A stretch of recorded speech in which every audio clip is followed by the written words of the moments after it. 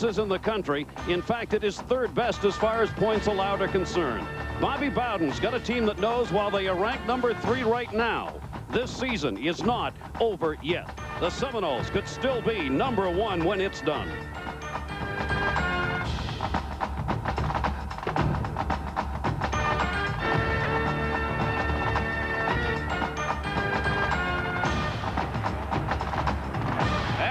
To Tallahassee. This is the home of Florida State. They have not lost here in the last 26 games. They'll try and extend that tonight before a crowd of some 70,000 plus. They could be 27-0-1 before this one is over. Renegade is the horse. There is the coach, another horse. Bobby Bowden, whose team right now is ranked number 3 in the country. The team that wants to pull the upset is Southern Mississippi. The Golden Eagles, 8-2, are ranked 25 in the AP poll. Gary Thorne, Rod Gilmore. Hello, everybody. Delighted to have you with us. For Florida State, the trouble is concentrate on the next 2 weeks before you get to the Florida game. They've got some injuries they're concerned about going into this one. Yeah, the heck with Florida. They got to get their team healthy. They are in pieces back practically. Well, and the biggest piece is the quarterback, Thad Busby. He has a hairline fracture on his left wrist, his non-throwing arm, and he's going to wear a cast this week. He missed last week's game. The question is, can he handle the ball, Gary? We'll have to watch and see if there's some turnovers. And he's going to have to against the team that is very pumped coming into this game. Jeff Bowers is the head coach of the club that for the first time since '91 got into the top 25, and he thinks they belong there. Well, that may be, but last week they blew a chance to win the first ever Conference USA title outright by a 56-49 loss to Houston. Now, they can still get to a bowl game, and they can help themselves with a win tonight, and we know that they've been called giant killers in the past for pulling off upsets. Well, they pulled off an upset the last time these two teams met back in 1989. He's now with the Green Bay Packers. His name is Brett Favre. He was the quarterback at Southern Mississippi back in '89. With 23 seconds left in the game, this is what he did. Well, all he did was open up the college football season by pulling off a stunner, throwing a touchdown pass at the end of the ball game to lead his team to a huge upset. The line in the sand is about to be drawn right here, right now. Number 3, number 25 are set to go when we come back to Tallahassee. Until now, you couldn't use an ab exerciser in bed. But now there's AbVantage, small enough to use anywhere, but more effective than all this. Working with experts, I developed AbVantage to work on the same anatomical principles as other ab exercisers. Both support your neck and upper body, focusing 100% of your effort on your abs. But the AbVantage doesn't cost $150. It's only $19.95. When I travel a lot, it's hard to work out. That's why I love the AbVantage. I'm 50 now, and the AbVantage really keeps me slim. I recommend AbVantage to athletes and people with neck or back problems. No more dragging around bulky equipment. Use AbVantage anywhere. Now, getting and keeping rock-hard abs is easier because you'll use AbVantage more often. To order, call now. AbVantage comes with a free workout video, illustrated exercise guide, and a 100% money-back guarantee, all for just $19.95. Call now. Welcome back, everybody. Number 25, Southern Mississippi. Number 3, Florida State are set to go at it. It's a cool night for Florida. And one of the questions is the wind. There has been lots of it here in the state of Florida with a cold front from the north and a tropical storm coming from the other way. And over the last 3 days, the gusts have been 15, 20, 30 miles an hour, and it's blowing here tonight. Well, and it'll probably have some effect on the passing game, Gary. It's swirling around, and if it picks up anymore, it could affect what Southern Mississippi wants to do, which is throw the football. Lamaro is ready to kick it off as Southern Mississippi won the toss and deferred. Dee Feaster is back for the Seminoles, along with Jermaine Stringer. Feaster has run back a couple of kickoffs for touchdowns this season. They would love to kick it off that way here. Southern Mississippi, after the devastating overtime loss against Houston, has got to come through here. Foot put into it. It'll be taken at the 15-yard line. He's up to the 25, 30, 35, and almost able to break through. Dee Feaster, a running back. He got taken out by Ty Turan, a 23-yard return. And that's where the Seminoles will set it up. Busby is back in at quarterback. They've got Williams and Warwick Dunn, the Heisman Trophy candidate, back there. Florida State will have E.G. Green. Wayne Messmum is going to be filling in that position, and look for Pearsall maybe to have a bigger day than usual, the tight end. They don't throw to him a lot. They're looking for a big game up front from Fordham. Well, they need to have some stability in the offensive line with the injuries they've had there. Chad Bates is out for the rest of the season. Their fine guard. First down and 10 as the Seminoles started out on the 38-yard line. Good position. Has been going deep, intercepted at the 40-yard line, over midfield, to the 40, down to the 40, the 20, the 15, and inside the 10. Jamal Alexander with a big play to start the game for Southern Mississippi, an interception and a 53-yard return. Well, and you talk about confidence, that is going to rock the confidence of Thad Busby. This is the first pass he's thrown since he had the hairline fracture. Back in the game, under pressure, overthrows his man. It gets picked off by Alexander. A huge turn of events. Great confidence for Southern Mississippi, Gary. Wow. And look at the pressure. It's going to come from the right side, top of the screen, and the bottom side. A big hit right there by number 57.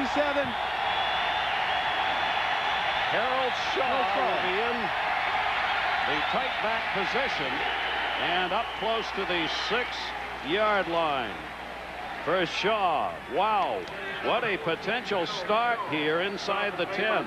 Roberts is the quarterback, started midway through the season. As he earned that job, he's got an arm. He can really throw it. He'll look to that man, Kendrick Lee. You see him highlighted, had 10 catches last week for 260 yards. Well, it'll be a second down and goal at the 7-yard line. They'll slot it to the right side. Lee Roberts, the quarterback.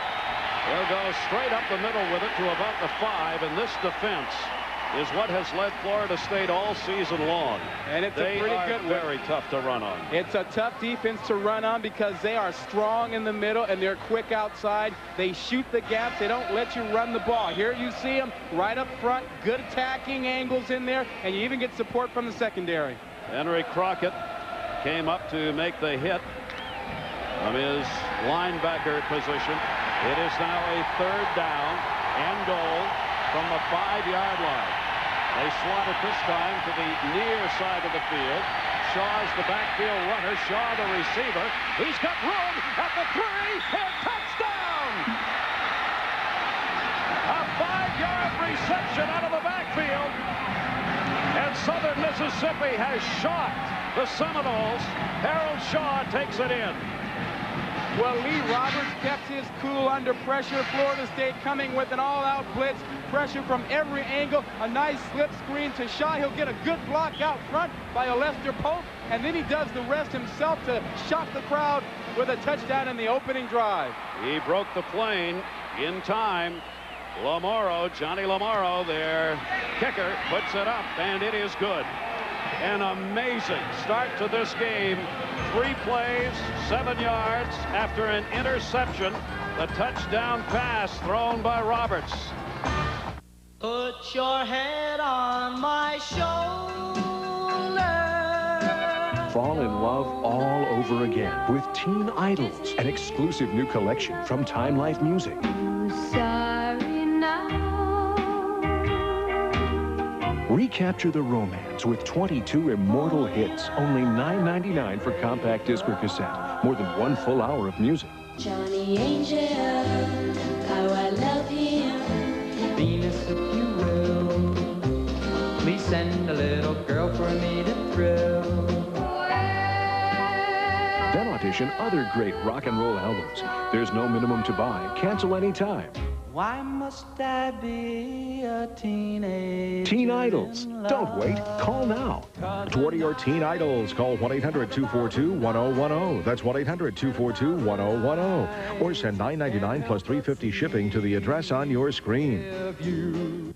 Free for small business owners. Now you can say goodbye to your bookkeeping hassles forever because the makers of Quicken have invented QuickBooks, the #1 selling accounting software that makes it fast and easy to do the things you don't love doing, like paying bills, writing invoices, figuring out what your customers owe, even tracking inventory and doing payroll. QuickBooks makes it all hassle-free. Call now to get a trial version absolutely free through this special limited-time TV offer. ESPN2's presentation of college football is brought to you by Foot Locker. Foot Locker, where it all begins.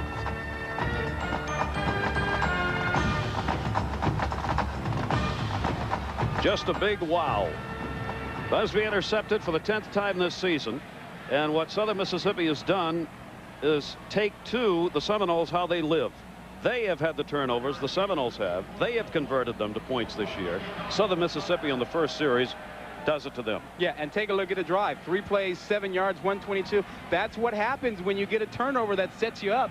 Just like Southern Mississippi pulled it off there. And there's the man of the moment for Southern Miss, wow. Mr. Shaw. Shaw is in there because Eric Booth, their top rusher, is out with a knee injury. He's not traveled with the team. It's an operation that's taken him out. So Shaw called on to do the duty, and boy, he did. Feaster is back along with Stringer again. Feaster is the one they like to carry the ball, but it goes to Stringer with the back foot on the goal line.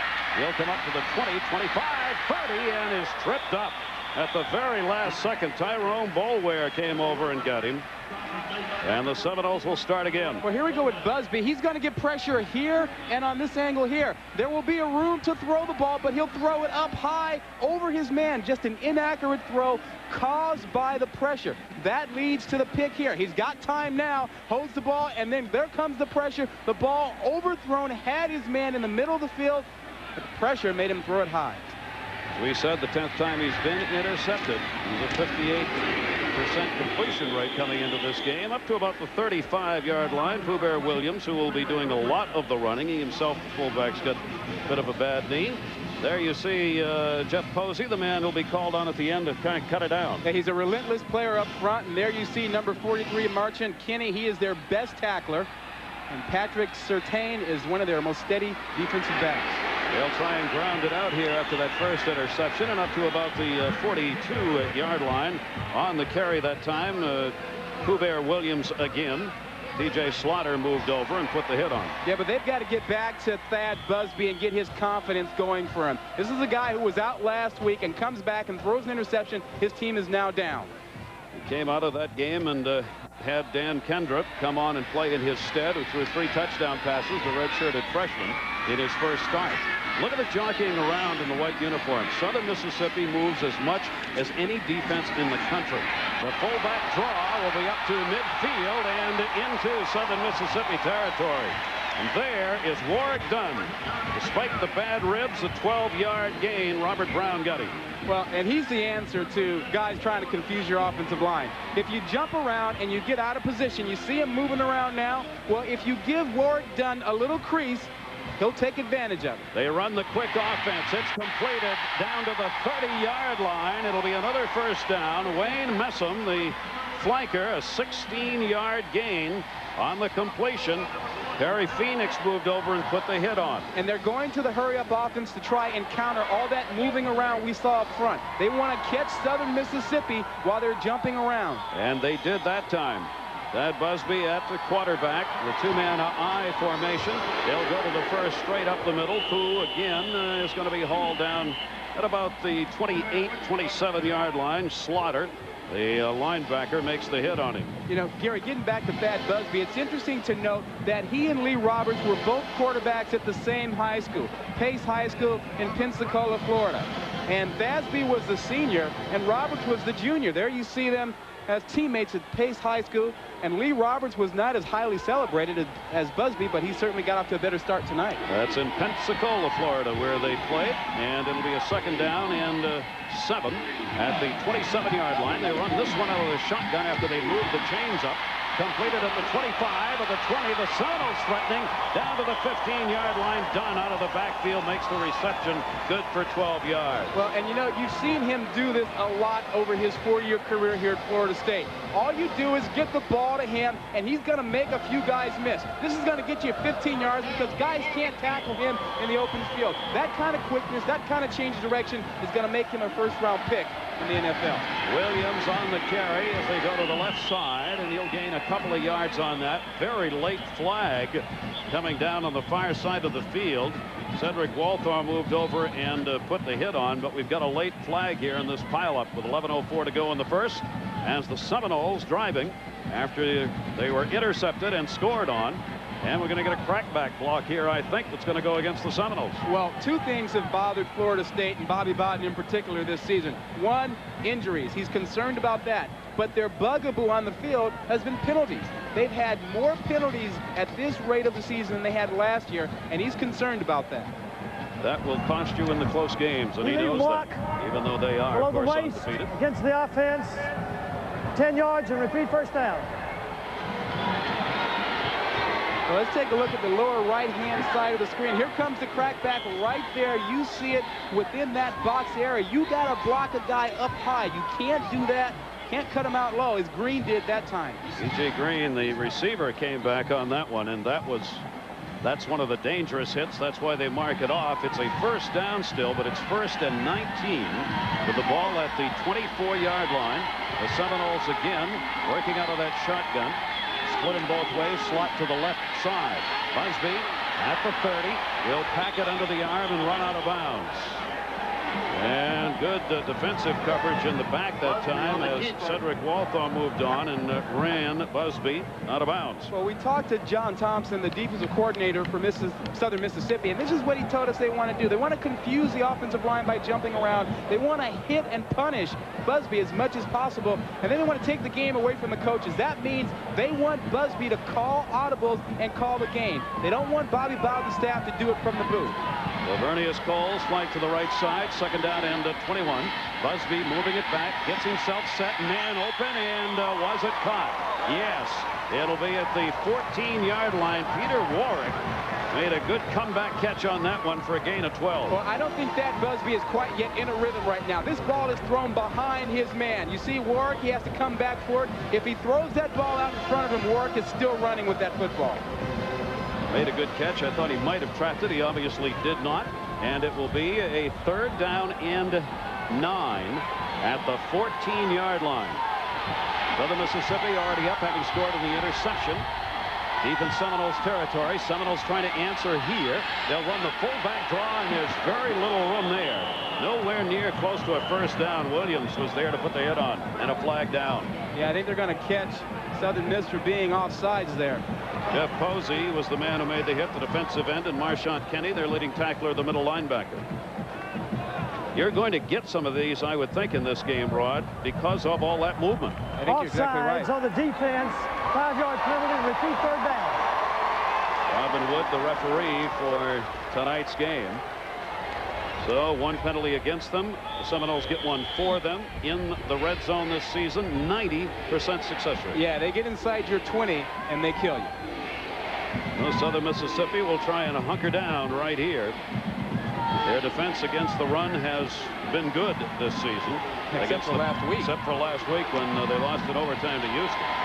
Ron Dugans has come in as a receiver on the left side. They run out of the shotgun, crisscrossing with a slant to the near side, and it'll be inside the 4, and it'll be enough for a 1st down. Just a straight cut in by Wayne Messam, the senior. Alexander tackled. Well, when you put pressure on as much as Southern Miss does, you're forced to play man-to-man coverage. And that's tough down here around the goal line because receivers run across the field, crossing route. And that time, Messam ran across. 1st and 10, everybody moving. As Southern Miss was trying to get the big guys in for a goal line stand, they just barely got them on the field, and they never did get set. See what the call is here. It's a 1st and goal from the 4 for the Seminoles. And a timeout was taken apparently by the Seminoles. Boy, they do hurry it up. They will keep a defense jumping as much as this defense likes to jump. So the Seminoles, who are trailing, are knocking at the door. 1st and goal from the 4. A long time ago, someone said, I'm better than you. Warriors collide. They meet in the air, on the ground, under piles. Enter a guy named Madden. Suddenly, players sweat more, look hungrier, get dirtier. His raw genius is everywhere. Tackles become hits. Front lines become trenches. Every inch a mile. Every bomb atomic. Plays are bigger than mouths, and they're barking. I'm better than you, and I can prove it. Madden NFL 97. If it's in the game, EA Sports. Right, that's exactly right. We have no time. This is Jeff. Hi, it's me. Do you want to meet me at home for lunch? I can't do that right now. I'm in the middle of something. Have you looked in your briefcase yet? You're killing me. You're killing me. I left you something this morning. I'll be home in 10 minutes.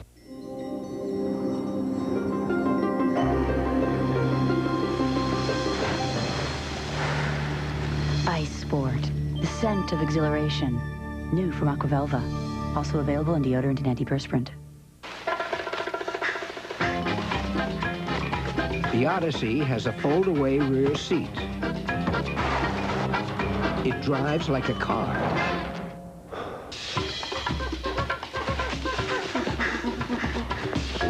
It even has 4 doors.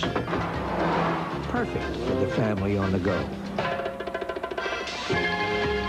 It's hunting season, Ted! Hello!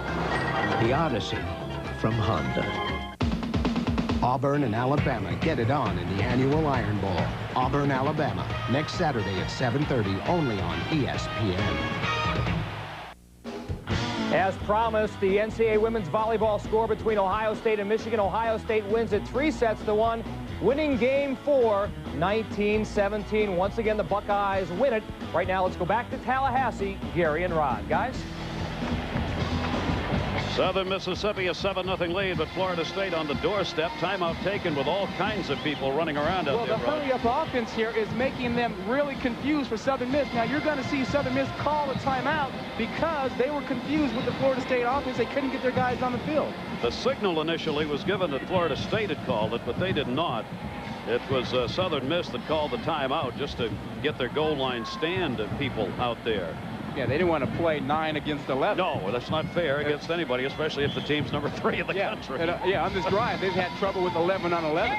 I'll tell you, the Seminoles really get it going in a hurry, though. They are very tough to defense against. You have virtually no time to get set. Thad Busby, their junior quarterback, out over center. They've got a wing right in motion with a double I formation. Pitch back, Dunn's got room, and touchdown! Warrick Dunn. Hubert Williams out in front, leading the charge. And now he's just 1 shy of the Seminoles record for TDs in his career. He is a relentless runner. He has so much enthusiasm, so much desire to get into the end zone. He gets it done. It'll be Scott Bentley, a senior. He is their kicker to tie this one up if he can put it between the uprights, and he does. So the Seminoles answer after Southern Miss had intercepted and scored. The Seminoles in a big drive. Well, you're going to see Lamar in motion there. 31 will get the kick-out block, but Kenny, 43, can't get over to handle Dunn, who just really flies into the end zone. There's 43 Kenny coming up. He gets blocked out, and that opens it up for Dunn to dive on in. That's all Warrick Dunn needs. He now has 45 touchdowns in his career with the Seminoles. He's trying for his third 1,000-yard season, 818 coming into this game. One more, and he will tie Greg Allen's mark of 46. Yeah, and he's playing with injuries. He's got some bruised ribs. He came out of last week's ball game in the 3rd quarter after being shaken up. He's also got a finger that's bothering him on the hand he uses on the top of the football, which has troubled him a bit, but you'd never know it on that run. Well, he had a chance to go to the NFL last year, decided to come back for 2 reasons. 1, to win another national championship, and 2, to get his degree. 10 plays, 70 yards. 4-yard TD scoring run for Warrick Dunn, and this game is tied up. Scott Bentley will be out there to do the kicking. Sherrod Gideon will be back deep, and Harold Shaw, who had the touchdown, will also be there. That's Gideon. He's the one they like to carry. He'll be back at the goal line. 7-7. 9:08 left to go here in the 1st quarter, and the Seminoles settle it down. It was a big touchdown drive for them. All right, Gideon going over. It'll go out of bounds at about the 8-yard line where the flag has gone down. Bentley's kick goes out of bounds. That'll hush the crowd that really got hushed on that interception, the score by Southern Miss. Dead ball foul on the kicking team. Out of bounds. Ball placed at the 35. 1st down. That's supposed to be on the hash mark, Rick? So there you get to hear some of the questions that get asked on the field. Yeah, that was 44 Daryl Bush trying to get a little advantage. Let's pin him to the sideline if we can. Put him over there on that hash mark. All right, it'll be first down and 10 with the ball being spotted at the 35 with that ball going out of bounds and no run back on it. And let's see whether or not they can mount an offense here. Southern Miss. Harold Shaw will be in the backfield. Lee Roberts, their quarterback. Flanker to the right, split in left side. Very long count, lots of movement. I don't see any flag down. Caught on the far side at about the line of scrimmage, and there is a flag. There was plenty of movement. Todd Pinkston made the catch on that. Their freshman flanker on the far side.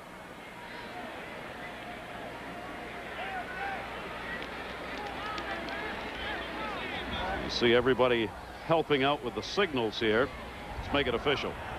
Offsides on the defense. 5-yard penalty. Still first down. Long count drew him off.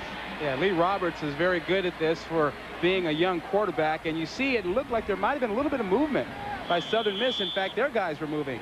He may have gotten away with one there. Took over at quarterback in the 6th game of the year. Came out, completed a school record 13 consecutive passes in that game against East Carolina. Kendrick Lee, the flanker. That's the man he likes to throw through, and up at midfield, that will be complete. That's the man he likes to go to. Let's check in with Mike Adamle. Mike. All right, Gary and Rod, marquee game in the Big 12 Conference. Number 9, Kansas State, at number 6, Colorado. And the Buffaloes on the board first, courtesy of this 27-yard touchdown run by Herschel Troutman. Kansas State hasn't beaten Colorado since 1984. Guys? Mike, thanks very much. You'll keep us updated on the other games going on. All kinds of scores, of course, we'll have for you during our halftime report upcoming. It'll be a first down and 10. Ball is right at midfield. Tyrone Boulware in that backfield. The handoff up over midfield, maybe for a couple of yards. Harold Shaw, the junior, 6'2", 234-pounder.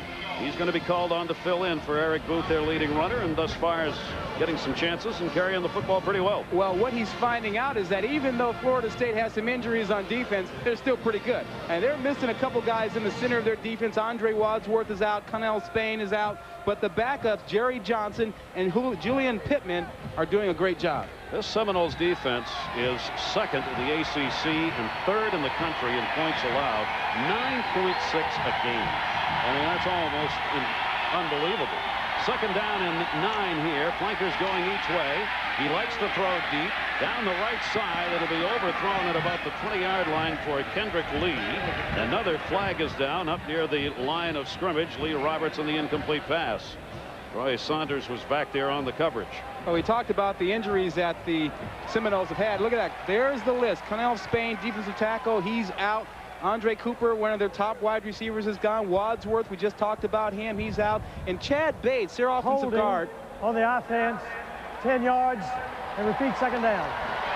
Losing Chad Bates may hurt as much as any other loss on this team because that was already an inexperienced offensive line, and Bates was sort of the bell cow of that offensive line. And he is out of there. And in Andre Cooper's loss, they have lost the great tandem as he and Green were two of the best in the country at hauling in passes. And Green's still in, but he's out of there. So Bobby Bowden's just trying to get to the Florida game without losing any more players and without losing a ball game. Offensive holding will bring up a 2nd and 21. Shaw in the backfield. And another flag on the far side. Well, Darrell Terry, number 52, Terrell, I'm sorry, moved, and I think they're going to flag him. Dead ball, false start on the offense, 5-yard penalty. Well, Southern Mississippi getting hurt. If Bowers obviously not happy with that here, this will kill your offensive charges going the wrong way by your own mistakes. Well, you're already playing against a pretty good defense. I mean, you don't want to make it any tougher on yourself than it already is. And 2nd and 26 against these guys, and you might want to just go ahead and punt it now. Yeah. Well, they'll have a 2nd down now and 26. The ball's at the 34-yard line of Southern Miss. They will work out of the shotgun here. Roberts looking over the middle, tipped in. It will be incomplete. Intended for Todd Pinkston, who had gotten open in the middle. Roberts got hit as he let that one go. There you see Houston's lead over Louisville. That is a game that they're going to keep an eye on here as far as Southern Mississippi is concerned. Well, if Houston wins, then they are tied with Southern Mississippi for the conference championship. But since they beat Southern Miss will be out of the Liberty Bowl. And they would have to hope for one of the independent berths in a bowl game. Third down, 26. Ball still at the 34-yard line. The fullback draw, and not going to come anywhere close on that one. Shaw, the carrier. And he's hauled down by Crockett again.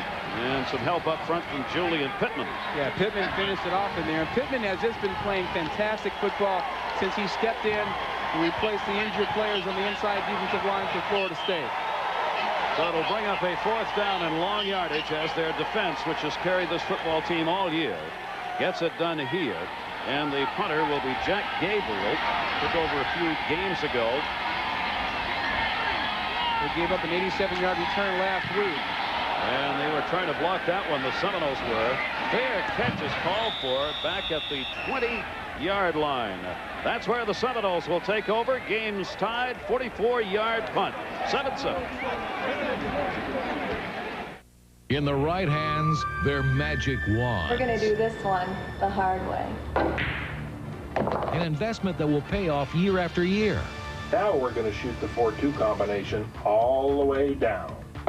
It's knowing you own the best. McDermott's for great shots and great times on and off the table. It's McDermott's. Introducing McDermott's Collegiate Line. For a catalog featuring your favorite team, call 1-800-POOL-Q. McDermott, simply the best. For years, ESPN has been working to improve sports for the fan. Designed to extend the season for fans in places like frigid Lambeau Field, the Toasty Ball is heated by a small plutonium furnace. But at 130 degrees, it's too hot to handle. But experiments like Toasty Ball did lead to a breakthrough in coverage for all sports. ESPN Net Sports Zone. With Chris Mortensen's column, drive charts, everything you need to be a better fan. ESPN Net Sports Zone. Technology for you. Wise, NASCAR flagman here at Michigan International Speedway. I'd like to give you a little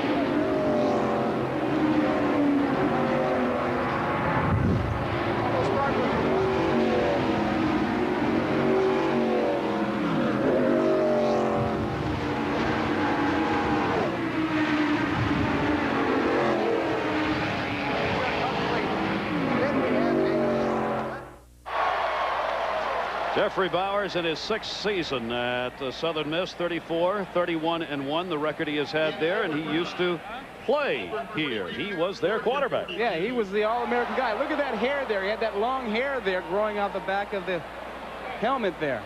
How much of a treat is it that he now coaches at his alma mater? We asked him yesterday. Well, it's special. You know, it was something I never dreamed would happen. I mean, you know, I think you always think about maybe going back to where you went to school and where you loved it so much and being the head coach. I always thought, well, that's too good to be true. That'll never happen. And I got that opportunity. But you know, I love Hattiesburg. I love Southern Miss. My fondest memories, I think, are when I went to school there. He's happy. Yeah, he has good reason to be happy. He's really helped turn this program around there. And there you see his wife to the left, Debbie, who was a Miss Mississippi. So when he was the quarterback, he was dating Miss Mississippi, who was also a cheerleader there. A cheerleader there. So college sweethearts, their 2 children there on the right side, cheering for Dad, who's working the bench tonight. The Seminoles go on the attack here. 1st and 10, ball at the 20-yard line. Won't be much for Rock Preston, a junior. Preston will get some time in the backfield. We'll see him in there with Williams and Dunn. Jeff Posey, the defensive end, the senior, moved up on the hip. This team has been pretty tough to run against. Well, at least they were the first 9 games of the season. You see what they did. They only gave up 620 yards, but against Houston last week, they got dumped on for 280. And again, the carry up to about the 23-yard line. Dunn coming out of the backfield. Leading was Pooh Bear Williams. And not much running room there. Just a straight-ahead dive play. It'll bring up a 3rd down and 8. Nothing gained on the first dive. 2 on that one. And Gary, of that 280 yards they gave up last week, 231 were picked up by Antoine Smith, the fine running back for Houston. The 3rd down and 8. They'll go to the shotgun here. Thad to Busby in at quarterback. Wide receivers both ways, slotted to the right side. Green down on that far side, looking back into the middle, almost. It is not intercepted. It was dribbled, but it wasn't intercepted by Royal Bell. Off the receiver's hands, off the defender's head, and then through his hands. Well, and it all began with Thad Busby. I mean, he overthrew this ball again over the middle. He did this in the first quarter, and it was a pick, and it should have been picked there. Bell had a chance at it, and he dropped it. And I also believe somebody else had a chance at it, and they dropped it as well. Well, when you're one of those big guys used to tackling, that ball comes at you, it's like, whoa, what is that? Alexander, who had the first pick, had a chance at that one again. All right, it'll be Sean Liss back to kick. Kendrick Lee back for Southern Miss, so the defense held. Kicking into the wind as best we can tell. Fair catch, fumbled, but recovered at the 42-yard line. Let's check in with Mike Adamle. Mike? Well, Gary and Rod at Jordan-Hare Stadium down in Alabama. Auburn leading Georgia 49-42 in the third overtime. Georgia with the last possession. Robert Edwards goes in from 9 yards out. They're knotted at 49. They're going to go into quadruple overtime, the 18th overtime this season. Wow. Pretty good for us. Good ball, kids. Don't you love that new rule? We're going to change it up when we go flip. No more time. We go flip. Go ahead and we'll make the call fast. You make the call in a hurry right there where we can get out and get lined up. Anticipate that when you hear that. Defensive coordinator and the defensive unit of Southern Mississippi. They got the job done that time, and it'll be a 1st and 10. Roberts in at quarterback. Splits them 2 to the left side. Gets that one off, and that should have been intercepted. Oh, mercy. Yeah, Henry That was Crockett. right into Crockett's hands. Yeah, he was right there, and that's one of the few times you'll see Lee Roberts make a poor decision. And that's why they put him in the game at quarterback. He was making such good decisions in practice. They were throwing the ball poorly. Bowers said, I had to make a quarterback change. That time, he didn't see Crockett moving from the inside to the out. For Roberts, 64% completion rate, 10 touchdowns coming into the game, has been intercepted 7 times. And almost 8. There's Crockett, who can get it done. Very maneuverable as a linebacker. It'll be a 2nd down and 10. Roberts getting a big rush. 2 ends on him, and he's down. Takes the big hit from Crockett, who put the pressure on. Well, what a surprise. Peter Boulware is the man who gets there with a little bit of help from Henry Crockett.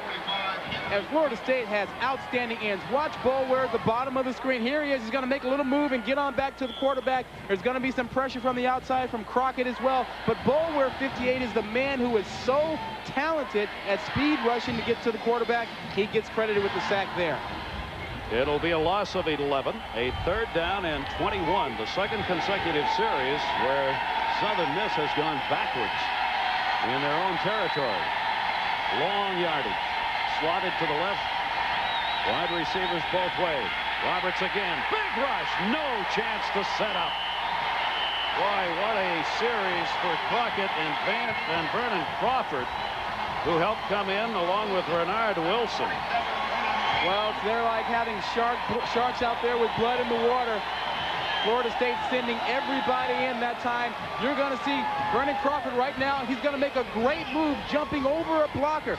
This is how you blitz the quarterback. He jumps right over the running back who tries to pick him up. He's not going to be denied. He gets in there anyway. Well, they have driven him back to the 28-yard line, to the 23-yard line, where it's 4th down. Punt situation. It'll be Jack Gabriel back. A big rush put on again. He gets the kickoff at about the 40-yard line. It'll be hauled in by Dee Feaster, a good returner. Feaster coming to the near wide side of the field. Will be hauled down. 36-yard kick, 7-yard return. And it'll be 1st down and 10. We remind you, we are not done yet on the Deuce. We've got another one coming as part of the triple header today. 10 o'clock Eastern, 7 Pacific, the classic intra-state rivalry. Norfolk takes on Hampton. Norfolk State and Hampton University coming up next right here on the Deuce. Now the Seminole defense has driven Mississippi State back in the last 2 chances. It's important for Florida State to get confidence in Thad Busby again. Remember, he's thrown 1 interception in almost a second. Busby out with a double I. Behind him. They'll split it both ways. He's wanted to go deep a couple of times. This one is headed towards the end zone at the 4-yard line. It is incomplete. Great battle down there. Peter Warwick was the intended on almost a Hail Mary. Jamal Alexander was able to knock it away. Yeah, you'll see Patrick Surtain get there, up there with the left arm in there to help make the play. Alexander helping out. But again, the ball was thrown so high and a little bit late. Busby doesn't really seem to be back in rhythm, and maybe that's to be expected since he missed last week, and he still has that bad left wrist that has to be affecting him. He had a much larger cast on when he came out before the game. It's like cut it right in half, or a different cast was put on for the game. 2nd down and 10. He was out very early passing the football. Again back. Busby again looking. There's a lot of room in the seams here. That'll be complete at the 35-yard line to Wayne Messam, who's been a busy flanker, a gain of 18. Well, the cast didn't seem to bother him on that play. I mean, he dropped back and looked nice and strong down the field. Watch him just lay his ball out there on the line. Has good protection and just fires it out there to his man wide open Green. Ron Dugans comes back in from the sideline as they rotate the receivers here. It'll be a 1st down and 10. Ball's at the 34. Thad Busby, 63 so far, with that one interception that Southern Miss converted. Hubert Williams back into the backfield. Warrick Dunn is back there with him. Again, the fake, and they'll look to the near side. That'll be complete at the 24-yard line. Peter Warrick, a favorite target early in this game. Surtain came over and drove him out of bounds. Well, I got to believe that that's Busby's favorite route, the out pattern. He's had trouble throwing the ball over the middle, so they come back with 2 straight plays to throw the out. He feels good about that. He's got a big, strong arm. And gets another 1st down. It'll be 1st and 10. That is the 7th 1st down picked up in this game. I'm sorry, 2nd and 1 was not a 1st down. Yard left to go here. Again, Williams has gone in the backfield, and that'll be a 1st down as Williams carries. Hubert Williams, a very hard runner, 286, a junior who can really carry some people with him. Well, he's a big guy. You know, you mentioned that 286, and the coaches want him to lose some weight. They think he'd be a better football player, better blocker if he were able to drop some pounds. How big is he? When he was in the 9th grade, he was 6'1", 220. Oh, my Lord. Can you imagine playing against him at that age? Well, they didn't let him play Pop Warner early on. No wonder. They do get the 1st down there, and it'll be a 1st down and 10. Ball spotted at the 21-yard line. Green has come in as the receiver split into the left side. Again, Williams and Dunn in the backfield. 2nd man through, Dunn up to the 11-yard line. Nicky Seymour came up, the defensive back, with Kenny to put the hit on. It's a big gain for Dunn. Well, Southern Mississippi can't stand in there and fight Florida State man-to-man. They've got to jump around. And right now, since Florida State went to the hurry-up offense and the like, they threw Southern Miss off their game. They aren't jumping around as much. Warrick Dunn running the football. And they will measure here. They'll be shy. So a gain of 9, and that much to go for the 1st down. The ball at the 11-yard line. Bobby Bowden pacing the sideline. Legitimately concerned about this game. He's concerned about this game, and honestly, he's more concerned about the Florida game. You know, he's worried about just having a flat game, getting upset, and having injuries, and not being able to get to that game undefeated. They are looking to play number 1, the last game of the season, of course, for Florida State against Florida, if they can get there with a couple more wins. And straight up the middle, there'll be a gain maybe of a couple on that. Let's check in with Mike Adamle. Mike? Well, Gary and Rod down in Auburn, Alabama, the 4th overtime. Georgia with the 1st possession, and they go in from 2 yards out. Torrin Kirksey bangs it in over the left side. Now Auburn will get the ball, and we'll keep you posted, guys. I'm loving that rule in that game. Are those folks seeing a day and a half of football there? Yeah, you get your money's worth, huh? Holy cow. It is a 1st down and goal. The ball is spotted at the 9-yard line. A 2-yard gain. 2 men in the backfield. Done again, and he'll carry that for a gain of a couple more. They are down in that tough territory now. Warrick Dunn on the carry. A 7-7 game, but the Seminoles have mounted one good drive to score, and another one going here, knocking on the door again. Well, and Gary, what we're going to see tonight is a lot of that. You're going to see Warrick Dunn break a run, and then you're going to see him get stuck. And that's because Southern Mississippi is guessing with their blitzes. Sometimes they're going to guess right, and when they guess wrong, that man can go a long way. 2nd and goal at the 8-yard line. Again, that defense moving itself around. Green and Warwick are the receivers on the left side. As they're looking into the end zone, touchdown! The Seminoles to Coles, the slant from the right side. Thad Busby threw that one straight on the line. He was given the route there. It was wide open for him. He hung it in there. Defensive backs give that up when they don't play in front of the goal line. You got to come up. Found room, went a couple of yards deep into the end zone. Coles hauls it in, an 8-yard reception to conclude a 53-yard drive. And the extra point kick is up, and it is good. So the Seminoles, an unanswered 14, take a 14-7 lead. This is huge for Thad Busby's confidence. He gets to drop right back and throw a bullet. No one's in his way. He's able to get a nice throwing lane, throws it right in there. You see Mickey Seymour, number 2, was on the outside, was not in front of the receiver where he should have been. Busby gets it right in there. Easy throws. That is Cole's first touchdown reception of the year. You think he feels a little bit of relief after throwing that first interception and then overthrowing his man over the middle? Maybe a lot of relief, huh? Oh, yeah. Well, the Seminoles on top as Busby gets his 12th touchdown pass. And it's 14-7. And you see the scoring drive. 53 yards, took only 2:29. Now the question is, can Southern Mississippi find a way to move the football against this Seminole defense? Well, what they've been told is that there will be times during this game when there's adversity. They've got to react to it. Right now, they're in an adverse situation. 14-7, they're down, and the Florida State defense, which has been stymieing them, is coming back on the field. And it's 17 left to go here in the first. Scott Bentley, the kickoff man. You saw Sherrod Gideon back deep for Southern Mississippi. He, too, is a good return man. He's got some great speed. He'll move up and take that at the 4-yard line. The 15, the 20, Gideon some room, the 30, the 40. He's got 2 men to beat midfield, and he gets hauled down near the 40-yard line of the Seminoles by the kicker, Scott Bentley, who had to make the tackle. A 55-yard return. We talked about responding to adversity, and that's just what Gideon did. This lifts his team up. He gets a nice, good lane right there. Great blocking. All he has to do is get in the alley and go with it, and now Bentley is the man he has to beat. But Bentley has put on 30 pounds since he was a freshman, and he's much better at making tackles like that. Got in there and tripped him up. He averages 25 yards a return.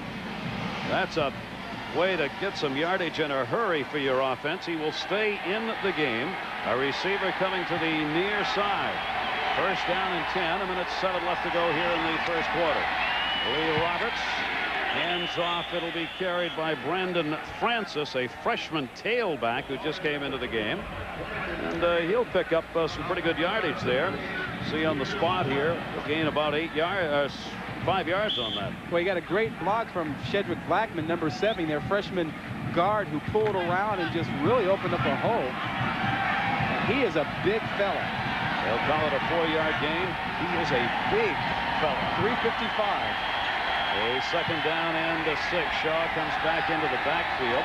3 receivers end up on the right side. Shaw trying to run, spins off 1 tackle, but not very far. He'll get about a yard. Crockett on the tackle. Let's check in with Mike again. Mike Adamle. Well, Gary, after 4 quarters and 4 overtime periods, it is finally over. Overtime here. Damian Craig from Auburn can't make it in 4th and 3, so Georgia wins it 56-49 combined. They scored 107 points. What a magnificent football. Oh, man. And an upset to go with it. We have completed our first quarter here in Tallahassee, Florida, home of the Seminoles, who got scored on first, but they've gotten the last 14 and lead it by 7. To test their latest parka, Mother Gert Boyle and son Tim head for the mountains.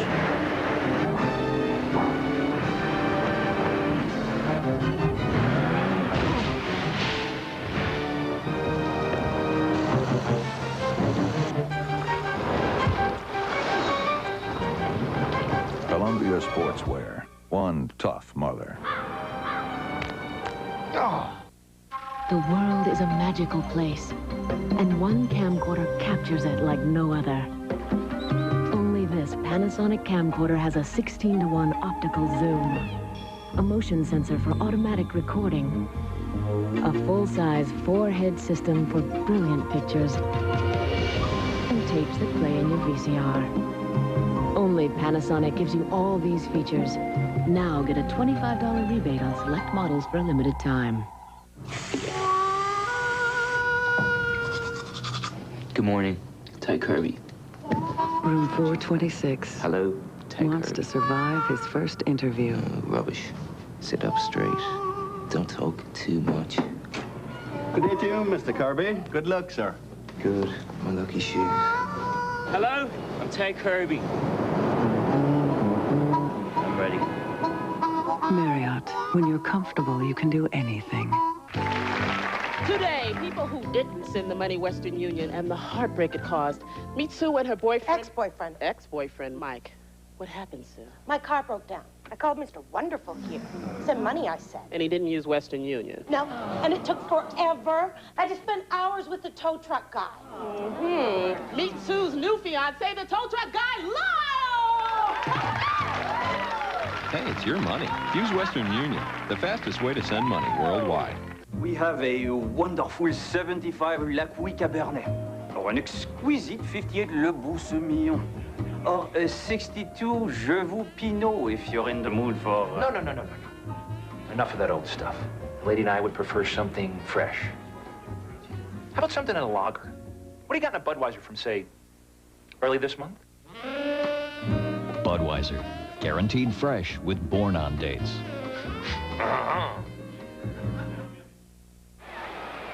Jeff Bowers, head coach of Southern Mississippi, playing in the Conference USA, the first season for that football conference. And for a team that's got a chance at a bowl bid, they've got to win this game. Yeah, and it's because Houston is beating Louisville, and they will wind up as co-conference champs. So the only way they're going to get to a bowl game is to do it the hard way, probably by beating Florida State. They are driving the football right here. 3rd down and 7 on the slant, and it'll be completed at about the 28-yard line. Good hard pass, and the leading receiver, Sherrod Gideon, the freshman, hauled it in with Capers making the tackle. Well, when you run a slant pass, you have to give the quarterback a throwing lane. Watch the block out here, which will create the throwing lane to throw the slant pass. If you get good blocking there, you can throw it. Darrell Terrell, 52, creates the throwing lane, and there it is. Gideon averaging 47 yards a game in receptions. It's a 1st down and a 10. Southern Mississippi said that's the play they look for. Brandon Francis in the backfield. Receivers both sides split wide. Defense clock running down here. Wants to go deep. Roberts again to the sideline on the quick out. It'll be completed close to the 1st down marker. Good catch by Eddie Shaw for 11 yards. Well, Gary, we watched some film yesterday of Lee Roberts, and when we saw him, we agreed that he's a fundamentally sound quarterback who throws the ball very nicely. It's hard to believe that he didn't start as a quarterback until his senior year in high school, but he had to because Thad Busby was playing in front of him. Right in front of him, and they're the 2 quarterbacks in this game. So Roberts on the completion, another 1st down, 1st and 10, 3rd 1st down, picked up by Southern Mississippi in this game, and the slant passes that they thought would work have been working. Todd Pinkston is set wide to the left side, slotted to the right. They look to roll the back out. Oh, what a hit at the 25-yard line. Oh, Chevin Smith got Brandon Francis almost before he had the ball. Well, Chevin Smith was a walk-on a few years ago. He just walked all on Southern Miss right now. He has a scholarship now, and this is the reason why. He's become a starter, and he makes big hits like that. Loss of 7. It's a huge defensive play coming on that 1st and 10. Yeah, see what he's done this season. A couple of interceptions, a fumble recovery, and countless big hits like that. 2nd down. Sherrod Gideon again comes in, split left, 17, 2nd and 17, and a whistle. And it's on the far sideline here. They got too many people up on the field. Sideline warning. moving people back. Too many of the Southern Mississippi players were too close to the field. Well, you see that tarp right along there? That's where the players are supposed to stand. They can't stand on the white stuff there. That's the border that you're supposed to stay behind. And, you know, so that's guys, the warning. Next one's a penalty. Yeah. You know, guys get excited and come out on the field, and even the coaches do that a lot. Lee Roberts again leads them out here. Jeff Bowers hoping his offense can get it done again. A 2nd and 17, though. Wide receivers both ways. One setback. Roberts looking again. The slant in is successful at about the 13-yard line. Todd Pinkston has caught a couple of those, the freshman again, for a 13-yard gain. Well, Coach Thorne, you're right. You know, they said they'd throw the slant pattern. You've been talking about it. They've been running it. Florida State hasn't handled it yet, but look what they've done to their defense, to offenses when they get inside the 20. Wow. Only 12 times this season have opponents got inside their 20. So you're the coach. I was just listening to you, right? Only saying what I knew you did. All right, a 3rd down and 5. Big 3rd down play. Again, just the lone setback. Gideon split out left side. His favorite targets in the end zone. Beat the defender! Touchdown! A 13-yard reception. Sherrod Gideon got behind the defender. Oh, there's no quitting these Golden Eagles. And you know, you talked about the slant. Well, they faked the slant that time and went with the fade. It's like a pitcher throwing the fastball, then he gives you the curveball. That is going to be the first touchdown reception for Gideon. And this team, which, Rod, you were talking about it for the game around the hotel today. They had signs up, T-shirts on, came to play. Yeah, they were wearing T-shirts that said, we're going to keep our word. It's time. They're going to kick butt tonight, although butt wasn't the word. Lamaro, the kicker, puts it up, and it is good. Who would have ever believed at any point in this game it would be tied? Yeah, well, watch the move Gideon does now. Fakes a little bit of the slant, freezes Edwards right there, gets to the fade route, and the ball perfectly thrown by Lee Roberts.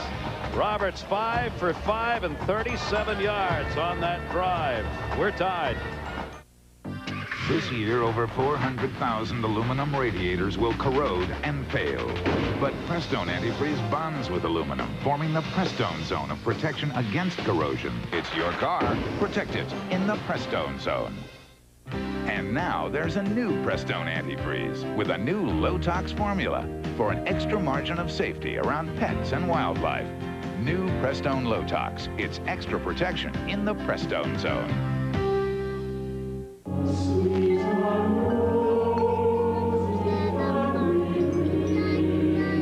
A front airbag is a very powerful device designed to help protect an adult, not a child. Because of the size of the bag and the speed of its inflation, Volvo believes no child should ever be placed in the front seat of a car. Any car. Drive safely. I can't believe I'm losing my hair back here. Like father, like son. Yeah, right. Look, if you want to regrow some hair, check this out. Rogaine? Don't you need a prescription? Not anymore. How's it work? Rogaine goes to the root of your hair, and for some people, gets it to grow. What have you got to lose? Nothing, I guess, except more hair. That's been easy to use. And it's starting to work. See, there's room for growth in every relationship. Rogaine, medically proven to regrow hair. ESPN2's presentation of college football is brought to you by Prestone Antifreeze. It's your car. Protect your car in the Prestone zone. Golden Eagles of Southern Mississippi have tied this game up. Yeah, and they do it usually in the second quarter. They've outscored opponents 91-14 in the second quarter. That's what they've done tonight. Remember, this is a Florida State team that has given up only 9.6 points a game all season. Number 33. They have given up 14. There's 12:47 left to go in the second quarter. And the Southern Miss offense is looking very confident. During the break, the players were saying, we can run the slant, we can run the fade. They can't handle it. We get a great chance to look for adjustments here in this game. Johnny Lamaro will be kicking off. Dee Feaster will be back deep with Jermaine Stringer right there. You see 86 of the Seminoles as they've got 2 back. The longer Southern Miss hangs around, the tougher it becomes for Florida State to win the ball game. The more they believe, right? Morrow's kick headed to the right side. It'll be taken at about the 3-yard line. This is Stringer. Stringer going straight up the middle through the V, refusing to come down. He's up to about the 27 before he's driven back to the 25-yard line. A 24-yard return. And Southern Miss is no stranger to knocking off big-time programs. They did it on the road all these times. Look at the big wins. Back in '89, Florida State, Auburn, Alabama, Auburn again in '91. And earlier this year, Georgia in a defensive struggle, 11-7. So you know they have the potential to do it here in Tallahassee. And Bowers is kind of fond of saying he's almost tired of being the underdog. Well, he says his program deserves the respect that they should have now after having knocked off these teams. You know, quit saying they're giant killers. Just say they're a good program. We're a good program. Of course we're here. We're supposed to be, and that's obviously the way he wants his players to feel. 1st and 10 at the 27-yard line. They'll be back. Fake twice. Near side at the 30-yard line, but absolutely no running room here as they'll blow that one dead right there. That was Melvin Pearsall, who we talked about earlier, expected to be out there as a receiver. Patrick Surtain was there, the junior, stopped him. But what has to be of concern to Florida State is that they're having to throw the football a lot. I mean, they need to establish a running game. They need to make sure that Warrick Dunn carries the ball more. But because of the stunting by Southern Miss, they haven't gotten their rhythm in running the ball yet. 2nd down and 6. E.G. Green, primary receiver. Big blitz was on. They stay in the backfield, Dunn, and not a lot of room there. He digs it right, left a couple of times, maybe 3 yards. Kendall Dunn moved in to put the hit on. Not much room. Not a lot. Not a lot. And there you see Mark Richt, the offensive coordinator for Florida State, and he calls the plays here. Now, there was a time when Bobby Bowden called plays, but a couple of weeks ago, he said to Bobby, he said, I can't concentrate with this. You're talking to me too much. Either you call him or I call him. And so Bobby Bowden said, you call him. Yeah, look, no headset. No headset right here. None of that. Isn't that amazing? That's the first time in his career that ever happened. 3rd down and 4. Ball at the 33. Busby again back. He'll try for the 1st down himself, and he'll carry it up with a 2nd effort close to the 38-yard line. They don't want him obviously running the ball a lot with that bad arm, bad wrist. He's got that bad wrist, and there's a concern that when he runs with the football, he might fumble, and he can't really cover it up with that other arm. You see him keep it out of the way there. It's almost like he's running one arm. It's old loaf of bread proverb being seen right there. Yeah, look, take a look at that cast. I mean, that makes it hard to get the ball from the center. It also makes it hard to cover the ball up when you run.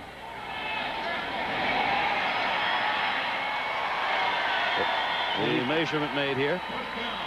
Well, they got the 1st down. Good place to carry the plays. Little cheat sheet. A cheat sheet right on his arm. But he can't have that habit when he goes to class. He can't carry that one over. If Southern Miss can photograph that, take it in during the half, figure out what it means, it is a 1st down. That's what that meant. 9th 1st down for the Seminoles. A 1st down and 10. Ball spotted at the 43-yard line. They slot it both ways this time out of the shotgun. Busby comes over the middle and up to midfield to the 45, and inside the 45 is Warrick Dunn. Came from right to left on that one, a 21-yard gain. Well, the problem is you don't have anyone that matches up with Warrick Dunn. He's right here. He's going to come on out and circle. Who's going to cover him? A linebacker? I mean, this guy is much too quick for that.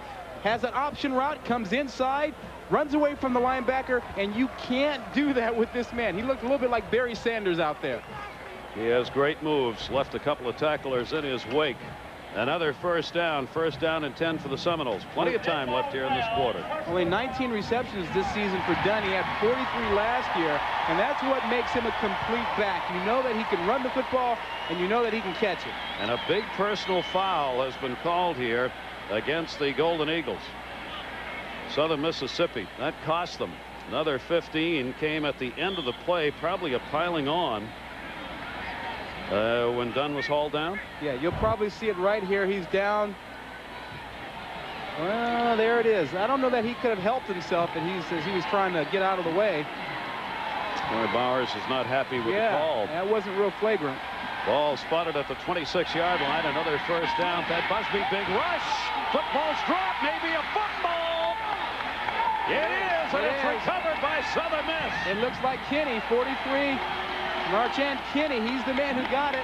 DJ Slaughter, the outside linebacker, put the initial hit on Busby and freed the football up. Well, and he made the Lawrence Taylor move. We've seen so many guys learn to come across with that backside hand and then knock down the ball. You'll see Slaughter, 34, use his right arm to knock the ball down, and then there's not much that Busby can do to get back on the ball. Kinney gets there in a hurry, another turnover.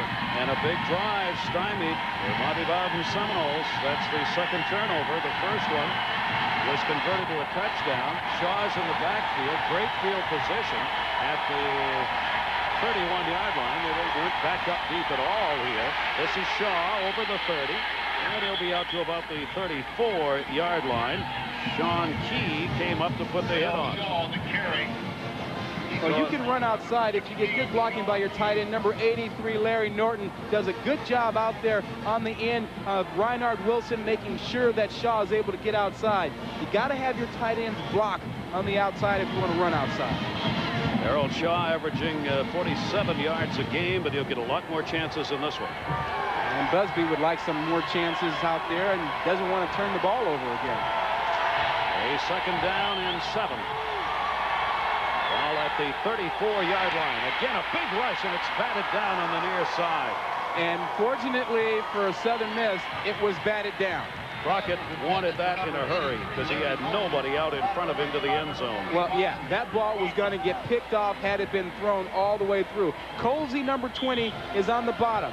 This ball doesn't get there. It gets knocked down right there by Crawford, but Colsey was laying on top of the receiver. He would have picked it off and run it into the end zone.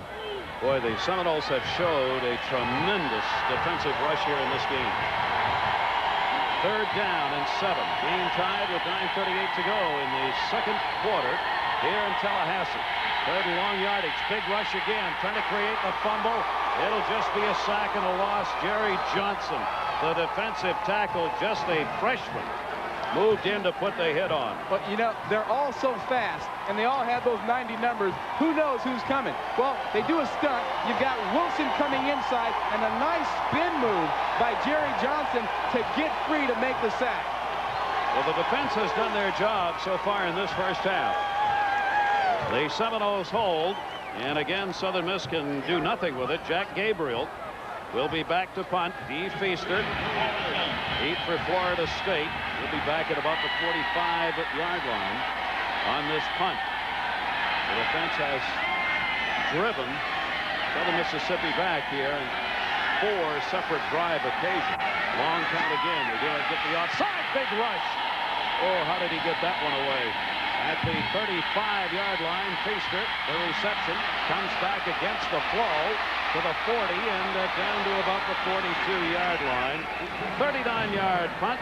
He returned it for 7. Tyrone Boulware put the tackle on him. Game's tied.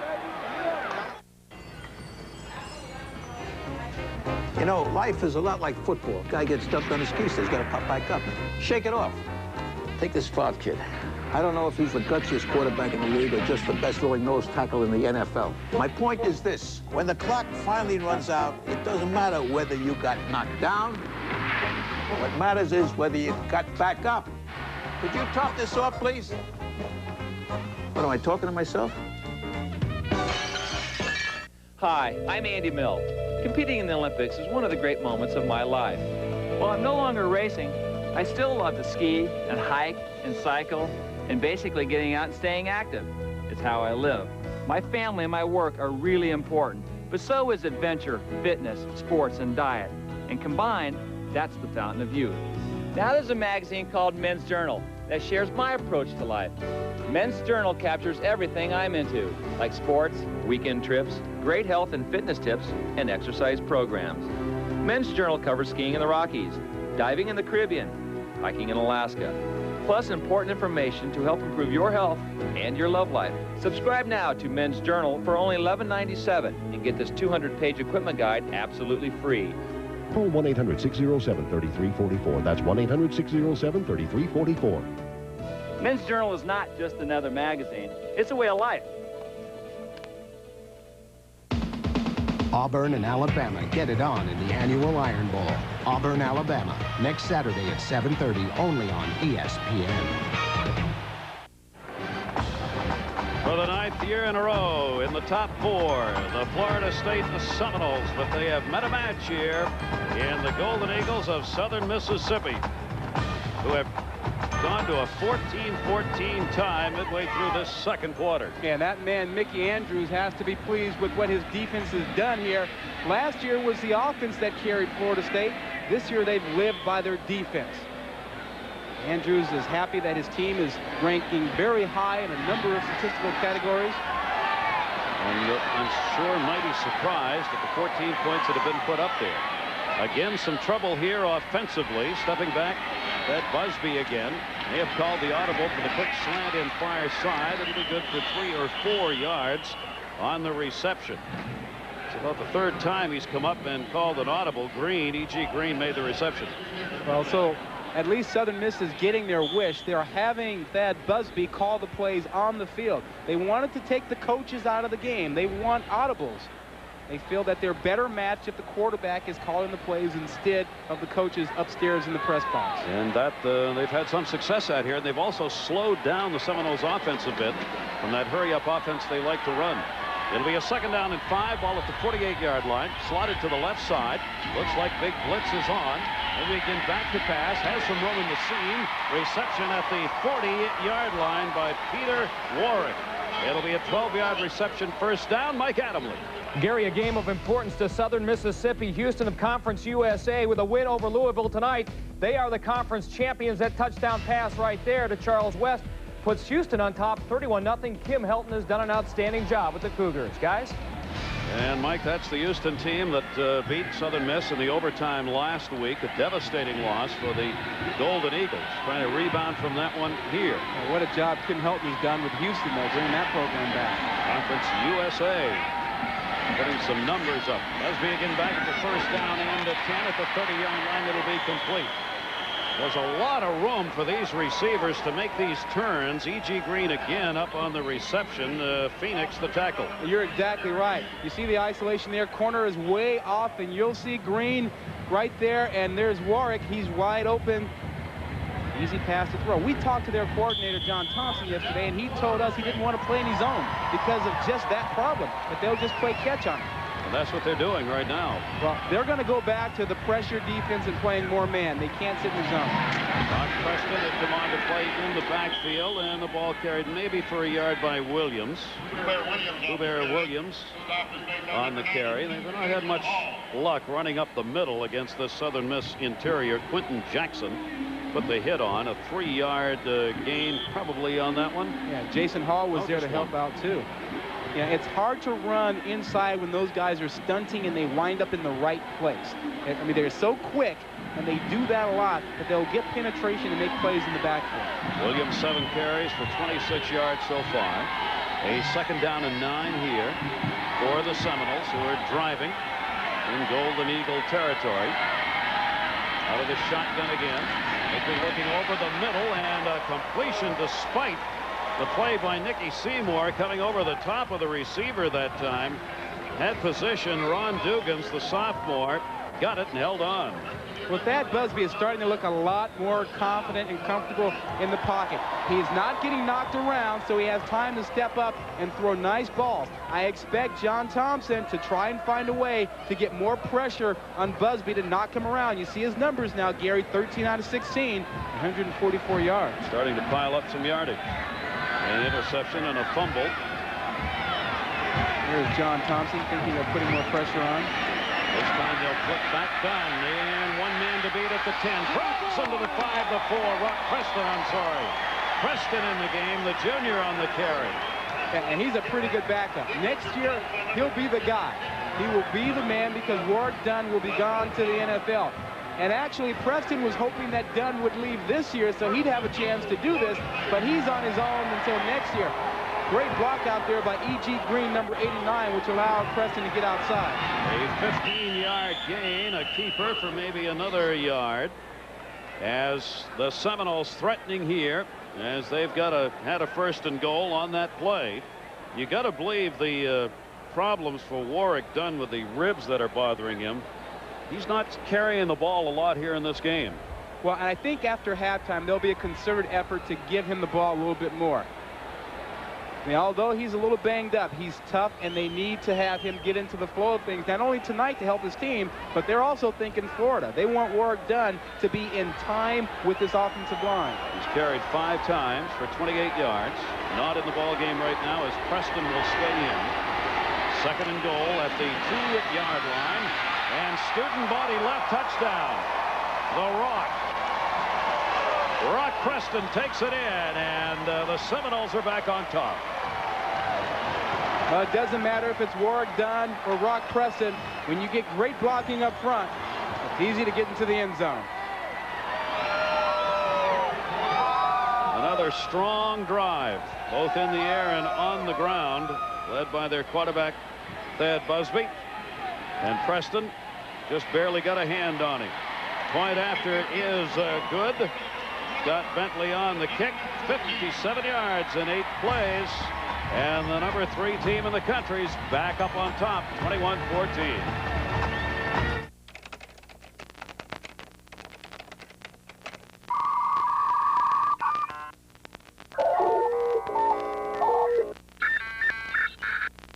NFL rivals go head-to-head with you every Tuesday.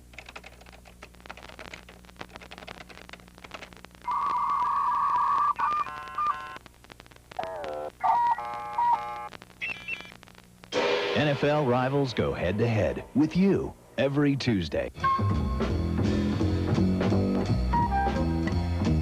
If you had a Soloflex machine, you could do 32 real iron pumping exercises. You could build muscle, lose fat, look better, feel better, and have more energy.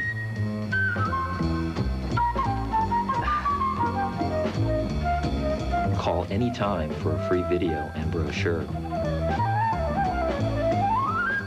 You're lucky. At least, you're not a goalie.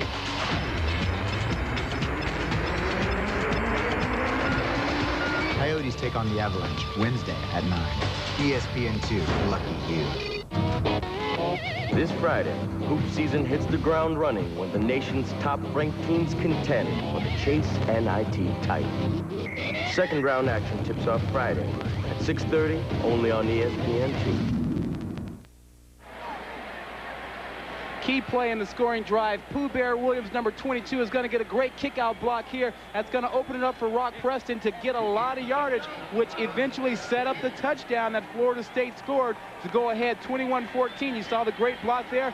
Preston got it inside the 5-yard line, and then right after that, he came right back with another great lead block and gets into the end zone. Florida State.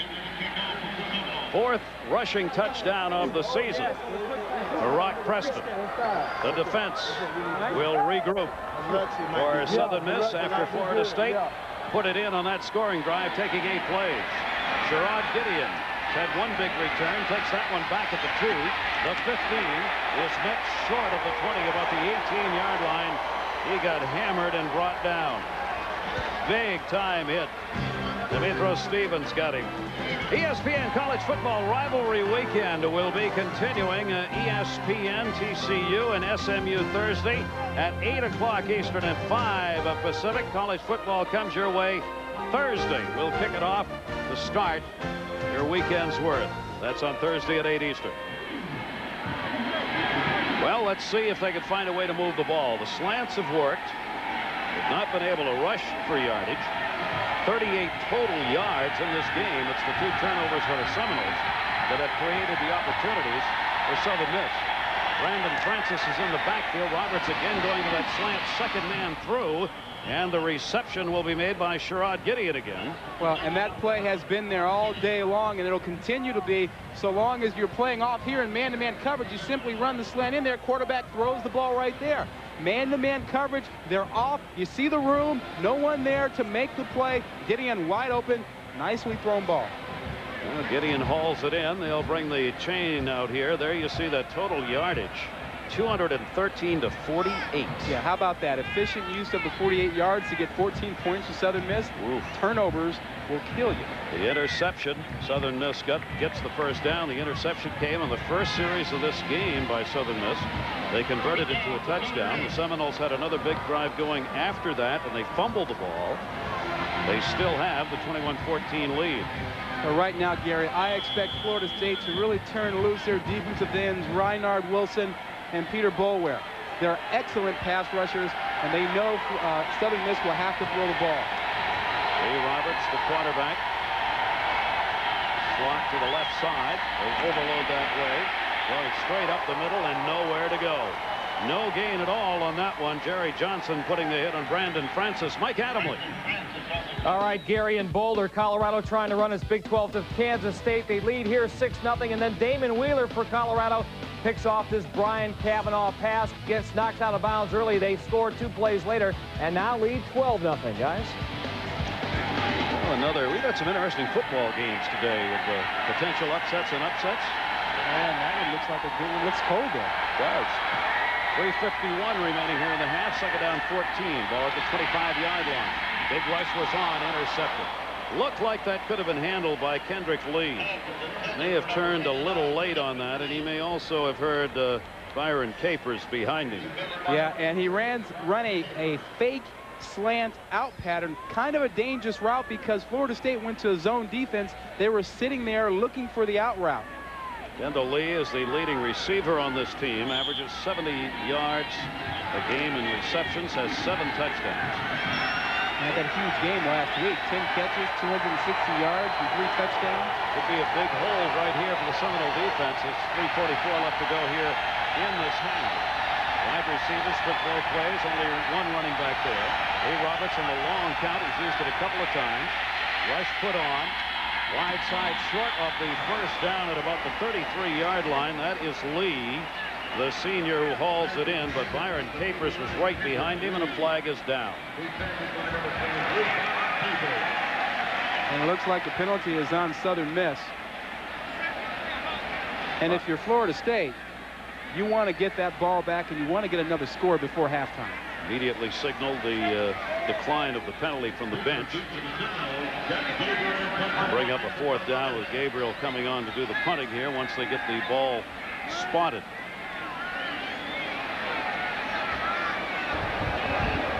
Holding on the offense is declined. It's 4th down.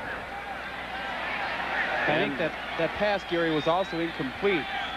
Green didn't have control of it out there on the sideline. Dee Feaster is back. Gabriel to do the kicking. Feaster back at his own 40. Gabriel's 3 punts, averaging a little over 39 yards a kick. He's had a big rush on him on all 3 occasions. And he's standing back inside the 15-yard line. They will set up the return here. Feaster at the 37-yard line, fumbled it, picks it up, and the fumble will create the opportunity for the mass tackle. And that's where the Seminoles will take over.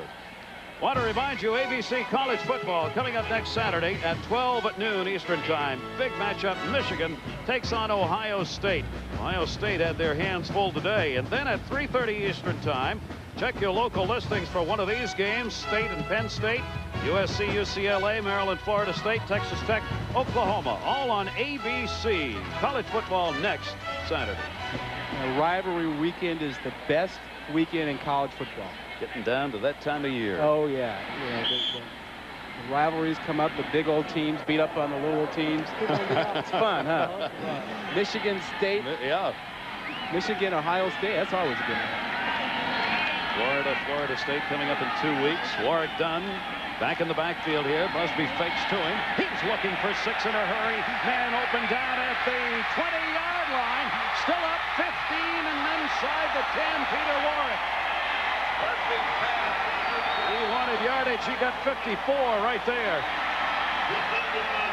Oh, how did he get so wide open? Well, the corner thinks he has help deep. You see Alexander coming over late. He didn't realize he had to get over there. A blown coverage that time by Southern Mississippi leads to Warwick connecting with Busby for a big, big play. 54 yards. Warwick now has 4 receptions for 84 yards, and the Seminoles have plenty of time for a big score. What a time to have a blown coverage. Wayne Missum has come in as the receiver to the right side. Dunn stays in the backfield. Busby rolling out right, looking into the end zone. A little short of that. Ball is intercepted. State comes up with the interception. That is Perry Phoenix. A big interception, the 3rd turnover, the 2nd interception of this game for the Golden Eagles. Oh, and you have to protect the ball better inside the 20. Busby just tries to make a play when it's not there. His accuracy is off, and watch the pickoff here by Phoenix. He flings it out there, and Phoenix is right there to pick it off. Oh, man, what a huge play. 3rd interception for Phoenix this year. And Busby's been intercepted now twice in this game. And a huge drive that looked like the Seminoles were going to take it in. And Southern Miss has got to be careful down here because that Florida State defense will come after them. This is safety territory for the defense. Roberts will drop back the handoff, and they got the safety.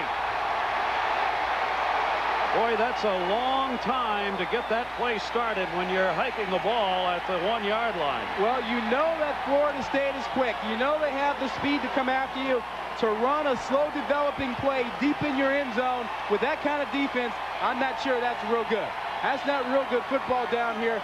You got to pound that thing out of there so you have some room. Shaw, the carrier, and Jerry Johnson, the freshman, has had a big game at defensive tackle.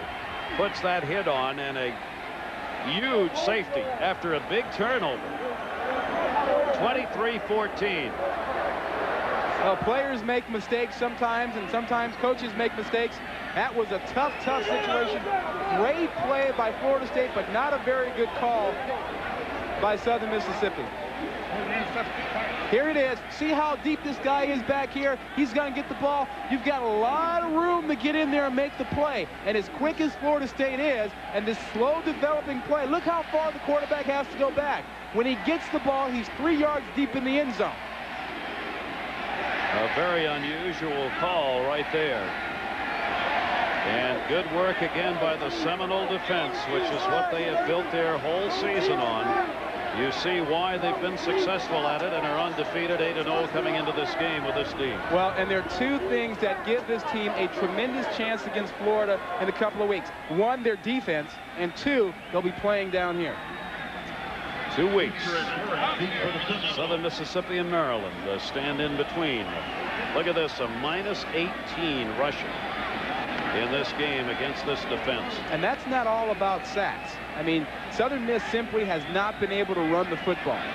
They've lost 2, 3, 4 yards a pop almost all night. And they've gotten the big turnovers going their way. So the free kick at the 20-yard line. Dee Feaster is back. Ball will be taken at the 32 by Peter Warwick. Warwick returns that one to midfield or close to it, and the flags go down. Warwick on the return with 2:41 left to go here in the first half at the home of the Seminoles in Tallahassee, where they have not lost since '91, and they've got a 23-14 lead, and it'll be a holding call coming up here. Well, they will mark this one off.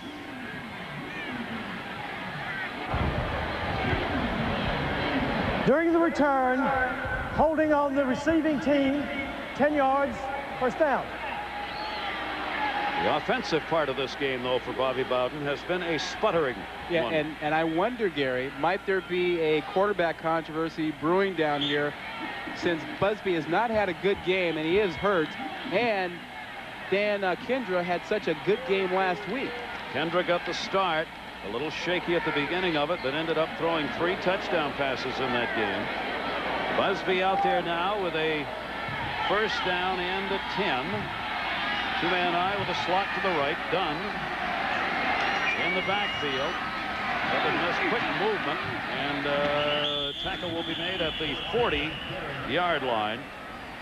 Maybe a gain of 1 there for Dunn. No running room, though. Well, you know, the formula that people are using against Florida State's offense is take Warrick Dunn out of the game and make Thad Busby beat you. Again, Busby working out of the shotgun. And had some trouble handling that ball, and it'll be thrown out of bounds at the 30-yard line. E.G. Green, the intended receiver. He's he's playing one-handed. Yeah, he is, but he does a nice job of moving to his left now, sets himself, but not really firmly. He kind of throws off that back foot. He doesn't really seem to have his mechanics really fundamentally sound right now. Whether or not that has something to do with that cast that he's wearing because of that hairline fracture on that wrist. Well, you know it has to hurt.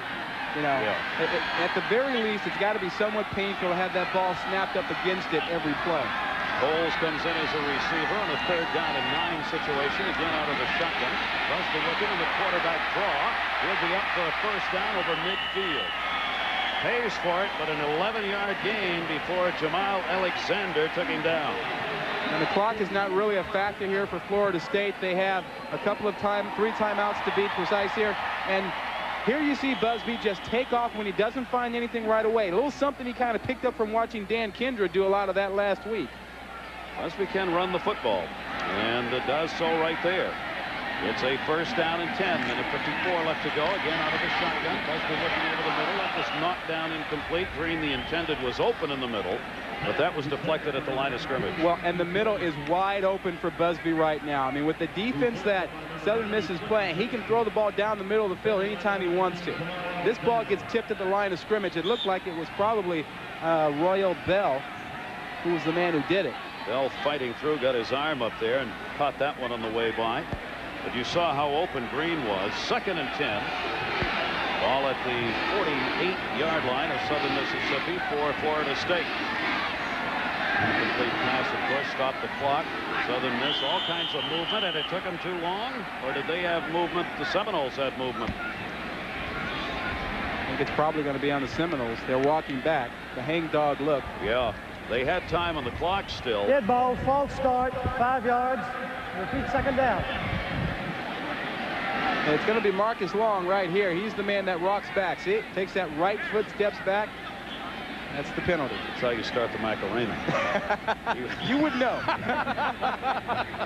He thought it was halftime already, and he thought they were ready to do the Macarena, but no, I thought that was with the hands, not the feet. Well, you got to start it. Everything starts, you know.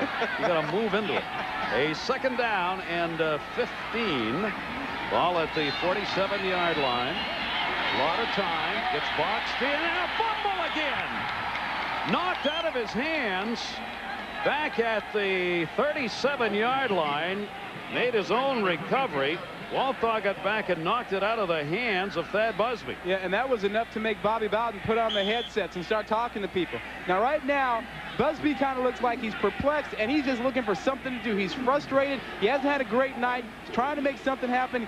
Couldn't cover up the football with the left hand because of the cast. That's the problem they were concerned with, so they wanted to prevent any rush here so that would not happen. They lost 11 on that. 3rd and 26, and with 1:07 to go in the half, Busby calls for the timeout. So the Golden Eagles very much in this one. Florida State leading 23-14. Hi, I'm here to introduce a remarkable new product that will help you gain control of your hair loss. Take it from me, if you're beginning to lose your hair, don't wait any longer. Bioplex can halt your hair loss, stimulate hair growth, and help you maintain a healthy head of hair. Bioplex hair treatment is new to America. This advanced formula is based on a proven product which has worked in Canada for over 20 years. What's unique about Bioplex is that it's completely drug-free, made with all natural ingredients. That means results, not side effects. The Bioplex lotion is so easy to apply, you can do it yourself in the privacy of your own home. And it's affordable. Believe me, if I hadn't discovered Bioplex, I probably would have thrown away my comb long ago. Don't wait any longer. The faster you start, the faster Bioplex can help. Take charge of your hair loss. Call the toll-free number now. Our trained consultants are standing by to answer your questions. Free for small business owners. Now you can say goodbye to your bookkeeping hassles forever, because the makers of Quicken have invented QuickBooks, the #1 selling accounting software that makes it fast and easy to do the things you don't love doing, like paying bills, writing invoices, figuring out what your customers owe, even tracking inventory and doing payroll. QuickBooks makes it all hassle-free. Call now to get a trial version absolutely free through this special limited-time TV offer. Under the moonlit skies here in Florida and Tallahassee. Gary Thorne, Rod Gilmore, thank you very much for joining us here in the Deuce in a very interesting first half, and not done yet. Minute 7 left to go, 23-14, the Seminoles on top. It is a 3rd down and 26. He'll work out of the shotgun. Coverage back, deep drop Busby, looking for the screen, set up to the near side at the 40, 45, and just shy of midfield. Warrick Dunn. A screen well set that time, and it'll be spotted at the 48-yard line. A pretty good call. I like the idea of giving the ball to Warrick Dunn and seeing if he can make something happen. At least he gets the ball back to midfield so you can kick it off, kick the ball away, and pin Southern Miss down inside the 20.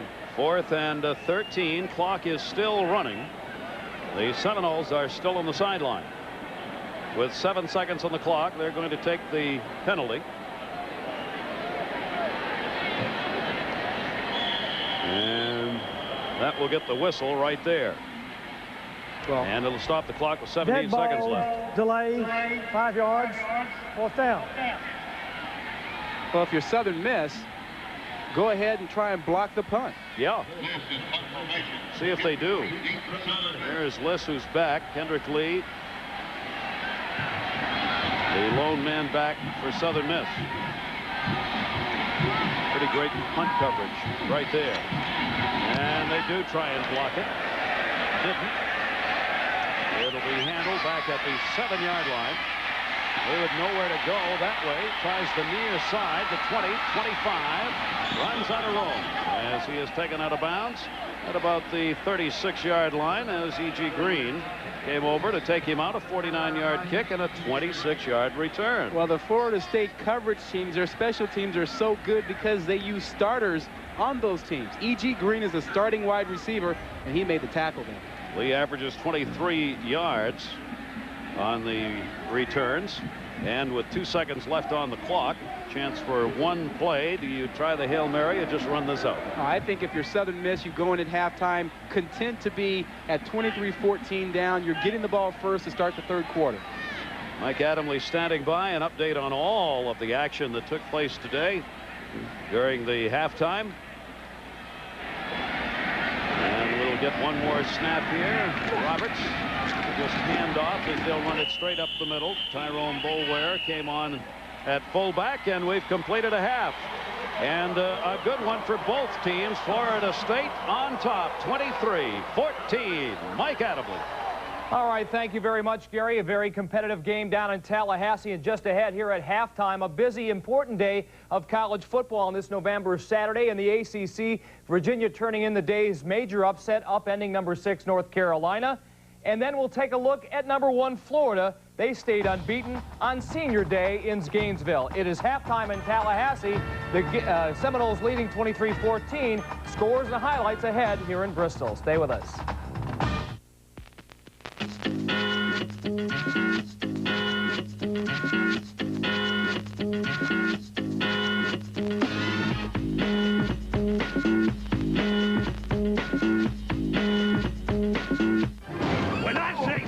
Report to me by 5. I mean 5. You can kiss that promotion goodbye, Shorty. Your accountant's on line 1. The audit's next Tuesday. Your wife's on 2. And where's the dry cleaning? Yeah, where's the dry cleaning? Life getting a bit overwhelming? Try the simple thrill of an Accord Coupe from Honda. Would a man attack the peak of K2 if a remarkably soft pair of pants were placed there? Would a man tread the lip of a volcano for pants that were pure cotton yet wrinkle-free? Would a man brave the trackless Sahara for pants that were suitable for work and play? A man would if he were a fool, because he could go to the store and say, yes, I'd like to try on the Ultimate Pant, new by Hager. Besides, your wife won't let you go to the Sahara anyway. What do you get when you cross a high-quality conventional motor oil with an advanced formula synthetic? A revolutionary oil that protects better than regular oils, yet costs less than full synthetics. DuraBlend from Valvoline. Valvoline's the #1 choice of top mechanics. And welcome to our ESPN2 College Football Studios, and also a special hello to those of you joining us from ESPN News.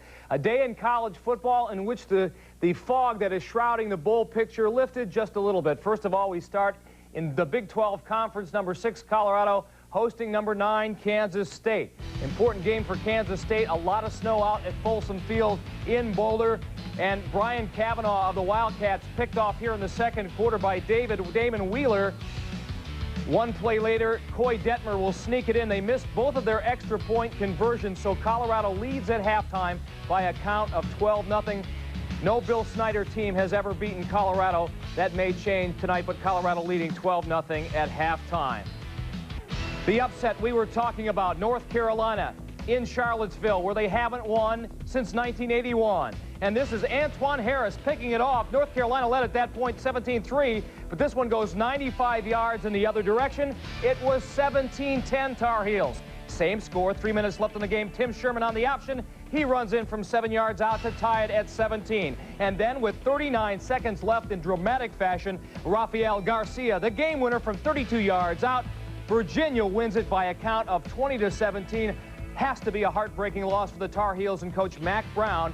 And an amazing statistic, which we'll tell you in just a second. As you look at the Clemson, North Carolina State score, the Tigers win for their 5th consecutive time, become eligible for a bowl berth. They win it 40-17. Here's that stat I was talking about. Virginia has picked off passes in 39 consecutive games. During that period, a total of 85 interceptions, 20 different players with picks. An incredible NCAA mark. Conference USA action today. Scoreless in the first half between Houston and Louisville. That's where Kettrick Sanford, he's it downfield to Maurice Bryant. 47 yards, he's wide open. Nobody's going to get him. The Cougars led 7-0. 17-10 Houston later on, and it's Sanford again with an 8-yard touchdown run, his second of the day. 24-0 Cougars with a win today over Louisville. They clinched the conference championship. They look to be well on their way to doing that as they lead 31-0 in the third quarter. Elsewhere tonight, California, what a great start they had, and they were beginning to fizzle. Oregon playing tough and winning 24-3 in the third quarter. In the Big Ten, Minnesota on top of Illinois, 14-7. Jim Wacker, of course, no longer the Minnesota coach. He will retire after this season. Now, the game you're watching, Florida State, of course, they're trying to stay unbeaten against Southern Mississippi. And earlier today, Ohio State trying to do the same against Indiana. A win, of course, would mean that Ohio State would clinch that trip to Rose Bowl in Pasadena for the first time since 1984. Folks, it wasn't easy. Fourth quarter game tied, believe it or not, at 10. But the play of the game, Andy Katzenmoyer strips the ball from Rodgers, and Matt Finkus recovers and rumbles 45 yards for the score that put Ohio State on top, 17-10. And then it was just a matter of time. John Cooper met Bill Mallory on the 50-yard line. Ohio State wins it 27-17. As I mentioned, they clinched their first Rose Bowl berth since 1984. Florida was looking to run its record to 10-0 today down in Gainesville. The final home game for those outstanding Florida Gator seniors, including quarterback Danny Wuerffel. Let's look on second quarter. Florida led 14-6, and Wuerffel doing his thing. He didn't have a great day by his standards, but here he did. 52 yards in stride to Riddell Anthony. Again, not a great game, but it was effective. Gators also did it in other ways. Terry Jackson, he plays offense, defense, and special teams there. He blocked the punt. It's returned for a touchdown by Mike Peterson. Florida up by 20. And then they did it on the ground. Freddie Taylor actually picked up the slack for the Gators. Sales, Joe. There's always a future in sales. Just think, Joe. You're going to be your own boss. Joe, plastics last forever. Joe, let's not call it a pyramid scheme. Emu, Joe. It's the pork of the future. Lots of career opportunities, one car. Make it a good one. The Civic Sedan from Honda. Joe, 12 men, one boat. What could be better? Man, nothing like a new pair of Nike Turf trainers. Yeah, you know Steve Young works out in the Air Zoom Fly. Oh, can that guy hustle? All right.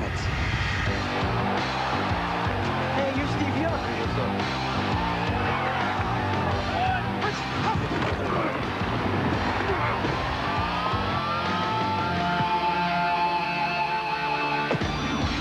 So, what do you think?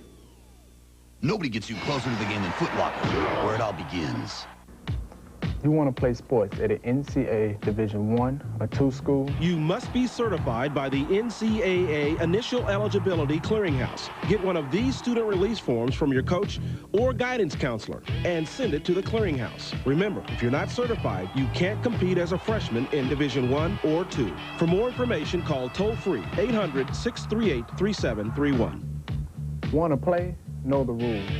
This message provided by the NCAA.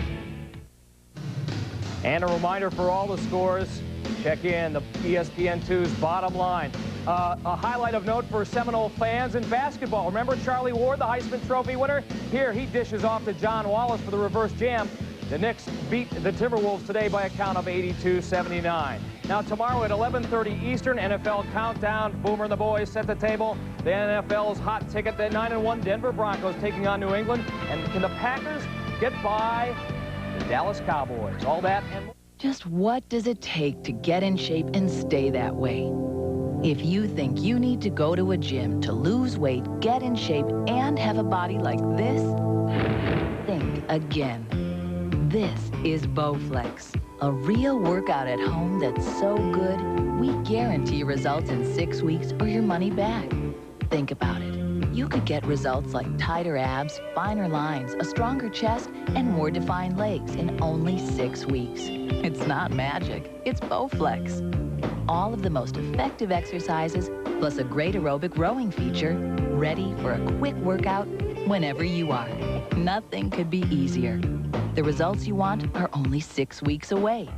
Don't think about it anymore.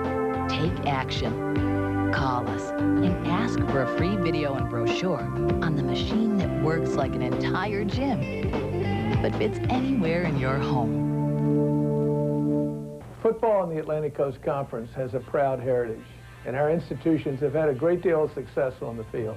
In the decade of the 90s, the ACC is the only conference to have all 9 schools play in postseason bowl games, with Georgia Tech and Florida State winning national championships. Academically, 6 ACC schools were cited by the CFA for having a better than 70% graduation rate, the most ever by any conference. The Atlantic Coast Conference is committed to athletic and academic excellence. And welcome back to Tallahassee, everybody, as the Southern Miss Golden Eagles trailing the Florida State Seminoles 23-14, but a very interesting first half, Rod. I think a whole lot closer than a lot of people, including the Seminoles, expected. Well, I think that's right, and I think that Southern Miss has come out and done what they wanted to do. They put a little pressure on early. They ran the slant routes, and Florida State didn't adjust to them until late, and then we saw the defense of Florida State really kind of come on in the second quarter. It started, though, in the very first series with a big turnover that gave a chance for Southern Mississippi to go on top, and there were 2 other ones after that by a Seminoles team that doesn't cough the ball up that much. Well, you know, Thad Busby is clearly having trouble with his left wrist with the cast on there. He hasn't protected the ball real well. He's thrown a couple of picks already, and he really has to get comfortable and be a little bit better about the ball. Okay, we'll see, I'm sure, some adjustments to be made here as we start this second half. First downs were 16-5 in favor of Florida State, and not a lot of offense that Southern Mississippi could muster, except when they benefited from the turnovers. A safety included in the 23 points picked up by the Seminoles. Sherrod Gideon back had a couple of fine returns, actually, in that first half. Gideon standing back at his own 1, and he touched that ball. He'll pick it up at the 4. And the Seminoles are right there, and there's a big start for Florida State as Sean Key made the hit. Yeah, big start for Florida State, bad start for Southern Miss. First half, it was Southern Miss that's jumped out on top, but it's the yardage picked up that's going to be a concern by Florida State. Look at the rushing, -12 for Southern Miss. That is so key. They have got to generate some kind of ground game, even though they want to throw the football. And those turnovers for Florida State, that's what they got to lose, huh? Yeah, the 3 turnovers there, and all 3 came about with Thad Busby. 2 interceptions and 1 fumble as he was trying to pass. All right, we are underway here in the second half, and it'll be a first down and 10. The ball is spotted at the 7-yard line. Shaw has come into the backfield along with Boulware. Roberts, the quarterback. Second man deep up to about the 10-yard line. The Seminole defense has granted very little room. Shaw the carrier that time. Tackle made by Renard Wilson. And Wilson is part of that tag team of defensive ends for Florida State that are so good. And Boulware is the other one on the other side of the field. Wilson is on this side. And the 2 of them are as good as any tandem of defensive ends that you've ever had in college football. And another loss, Rod, a 2-yard loss on that. It will be second down and 12 now. Loss of 2 on that. Ball is sitting right on the 5-yard line. Lee Roberts, the quarterback, doesn't look like what he sees out there. Yeah, the clock was running down on him. Had no chance to adjust, so he'll take the timeout. Just underway, second half in Tallahassee. If more top mechanics use one motor oil over any other brand in their own cars and trucks, maybe it's time you changed your oil. Valvoline, the #1 choice of America's top mechanics. Right, that's exactly right. We have no time. This is Jeff. Hi, it's me. Do you want to meet me at home for lunch? I can't do that right now. I'm in the middle of something. Have you looked in your briefcase yet? You're killing me. You're killing me. I left you something this morning. I'll be home in 10 minutes. I'm not crazy about this artificial turf. Looks like shag carpeting. You got no give. No big deal. After all, this is America, and we play football no matter what. Blizzards, floods, tropical storms, I've seen it all. And let me tell you this. If a meteorite hit the Earth tomorrow, you just wait for the darn thing to cool off, throw a field in the ashes, run it in for 6 points, and spike it to the end zone. Ow. These are the biggest feet in pro basketball. Shoe size 21. If you think the shoes are hard to fill, imagine what it takes to fill the rest of him. Big boy.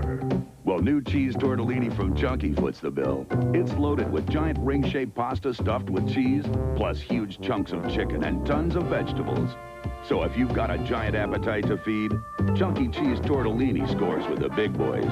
Satisfied? Oh, yeah. Yeah, I thought so. Campbell's Chunky, soup that eats like a meal. ESPN2's presentation of college football is brought to you by Valvoline Durablend, the #1 selling semi-synthetic motor oil, and by Nike. Welcome back, Tallahassee, everybody. Gary Thorne and Rod Gilmore. For Mississippi State, how do you move the football? Southern Mississippi, rather. That's the question they face right now. They can't run it, and when they try to throw it, they're getting a lot of pressure. Brandon Francis will be the lone setback here. Lee Roberts dropping back, looking for that quick slant in, but it'll be incomplete.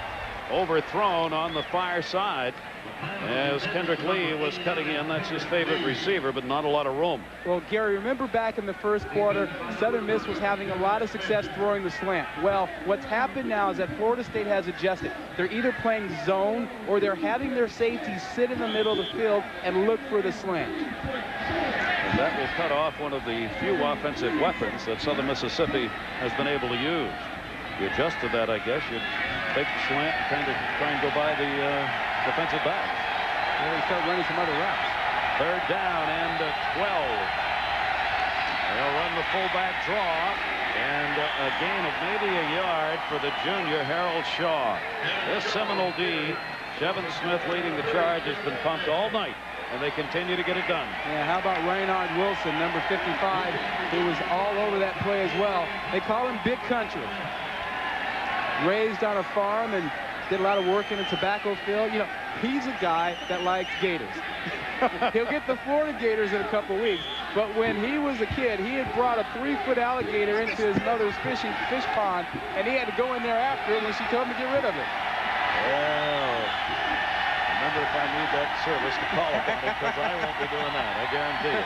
All right, kick coming from the end zone here, the Mississippi State. A return will be set up. Dean Feaster's back at the 40-yard line. Great position. 30, 25, the 20, and there he will not be hauled down. He takes it all the way up to the 15-yard line. Great return by Feaster, 25 yards on the return after a 34-yard kick. Well, he's been a dynamo all night long for Florida State, and he is aggressive with the punt return. When you bring the punts back, you have to attack the defense. That's exactly what he does, bringing up the middle and running hard and taking on shots. He's not a big guy, but he struggles hard for extra yardage. Robert Hammond with a real fine block helping to open him up. Feaster is ranked 33rd in the nation in returns. He's had a couple of touchdown returns. And we've got a player down on the field here for the Seminoles. And I can't tell who that is. I thought it was number 40, Lamont Green. And I think, yep, that's who it is. Green on the return. Throwing some blocks up front, got taken down. Well, the one thing about Florida State is you look at Lamont Green down there, their defense has been good all season long, and their special teams have been outstanding. And that's been key for them tonight as Lamont Green gets up, and it's good to see him walking off the field. He's got that ankle taped. They've got a lot of folks who've got tape over all kinds of their parts of their bodies here for both these teams, in fact. Florida State suffered some injuries last week and the week before. The Houston game played by Southern Miss last week cost them about 5 injuries during the game. 3 of those players back to play. Well, you know, that's one of the reasons why I don't know about having an extended college football season with a playoff system. And these guys aren't ready to play 14, 15, 16 games. The injury factor is huge in college football late in the season. Yep. And you've got a Seminole coach who agrees with you on that. He does not believe in the playoff system. Great field position here. First down and 10. Ball's at the 15-yard line. Busby sends it back deep on the turn. At the 10, inside the 5. Flag is down. Touchdown! What a run by Dunn. Warwick Dunn takes it in, but there is a flag. Yeah, it should come back for holding. I don't know if they caught it or not, but there was holding out on the side where Warwick Dunn took it in.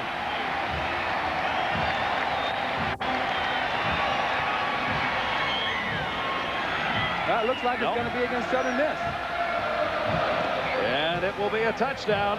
Dunn on the 15-yard run takes it in. We were wondering if they, in fact, would come to him more in the second half, and they start right out doing that. The extra point is up and good. And it is a 29-14 lead. Dunn now with 7 carries, 44 yards, and 2 touchdowns.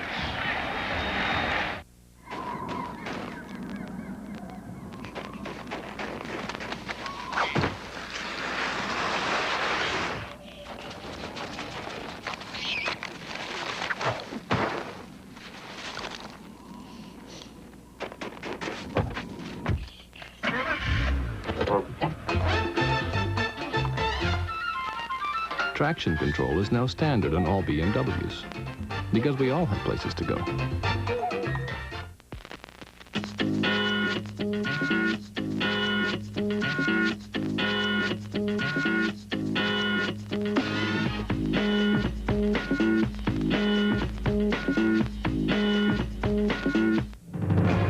Would a man attack the peak of K2 if a remarkably soft pair of pants were placed there?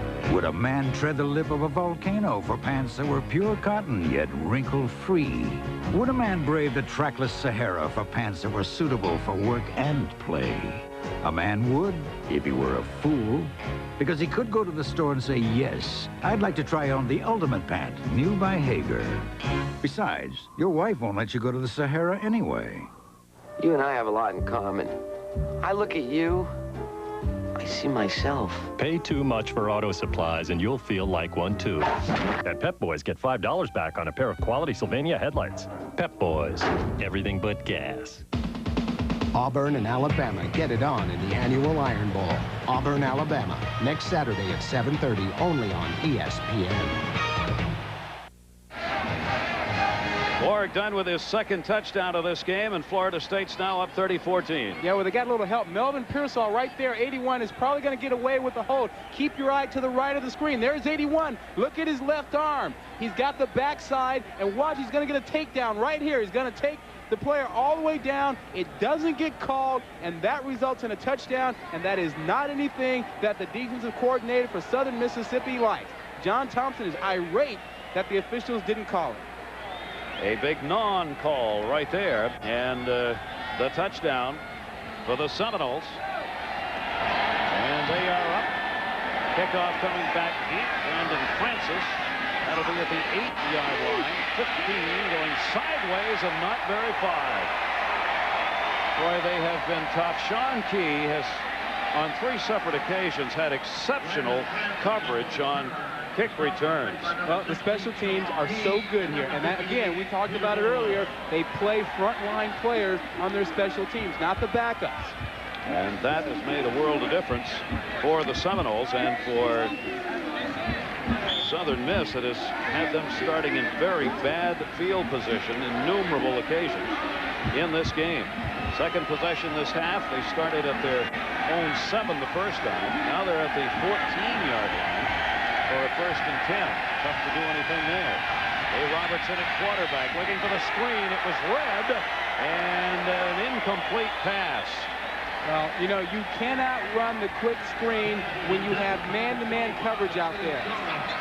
Again, Siobhan Smith moved in. Yeah, Smith and Colsey was out there too. 3 receivers to the left of the screen. Quick drop. You'll see the fast pass right back in there. Smith all over it. His job was simply to run with the receiver. That's what he did. Wow. Kevin Smith again there to knock it away. 2nd down and 10 on the incomplete pass. Eddie Shaw split wide to the left side. Southern Miss has got to open this one up if they can, because the running game has been virtually non-existent. Harold Shaw, the junior, out of the backfield, hit by Peter Boulware. Nothing there. You know, that's a big offensive line for Southern Miss. You know, almost everyone on that line is over 300 pounds. But Florida State is so quick up front, they are beating them to the punch. They're getting there a step ahead, moving in directions that the big offensive line for Southern Miss can't handle. And they are not, and have not been able to in this game. And again, deep in their own territory, 3rd and 10, ball still at the 14-yard line, where they started from. No gain. They will slot it up to the left side. Eddie Roberts. The ends pinging back into the box and thrown incomplete up at the 30-yard line. Couple of receivers in the area. Eddie Shaw, one of them, but really not close to either. Remember earlier we told you about the slant routes. Well, look what they've done now. You got a safety hanging here, and they're a little closer on the slants. They will take away the slant routes, forcing Southern Miss to go to other routes. You see how the corner sits there? You can't throw the slant. So now nobody's open there. Nice adjustment by Florida State. Good adjustment. Gabriel out there to do the kicking, and the Feaster has run back a couple very nicely. Will be standing back near midfield. High kick. Fair catch called for. He hits right at the 50-yard line. Will take a Southern Miss bounce. And at the 44, the Seminoles will go back to work after a 43-yard punt, leading it 30-14. Deadly, powerful, unforgiving. Now, for the first time, King World Direct brings you 2 of the most earth-shattering videos, Hurricane and Tornado, available only through this special television offer. You'll see the most violent natural disasters on Earth. Experience the force of nature's fury. Watch people run for their lives from the terror of the storm. These riveting programs will keep you on the edge of your seat. Satisfaction guaranteed. Call this toll-free number now to get Hurricane and Tornado for only $19.95. Order now with your credit card and you'll also receive Lightning absolutely free. That's right. All 3 heart-pounding programs are yours for only $19.95. So call now. For rush delivery of Hurricane and Tornado and your free Lightning video, get your credit card ready and call 1-800-706-7979 or send your check or money order for only $19.95 plus shipping and handling to the address on your screen. Call now. ESPN asked me to say a few words about their ESPN Bud Light Big Monday promo, but since it ain't in my contract, I'll let the cat with the monster truck voice clue you in. Go to a participating Bud Light retailer and pick up an entry form and schedule. Select your weekly Big Monday winners. Mail them in. If you're the lucky bum whose entry is drawn and all your picks are correct, you win a free trip to the championship week game of your choice. Otherwise, you get a bunch of ESPN Bud Light merchandise. It ain't bingo, baby.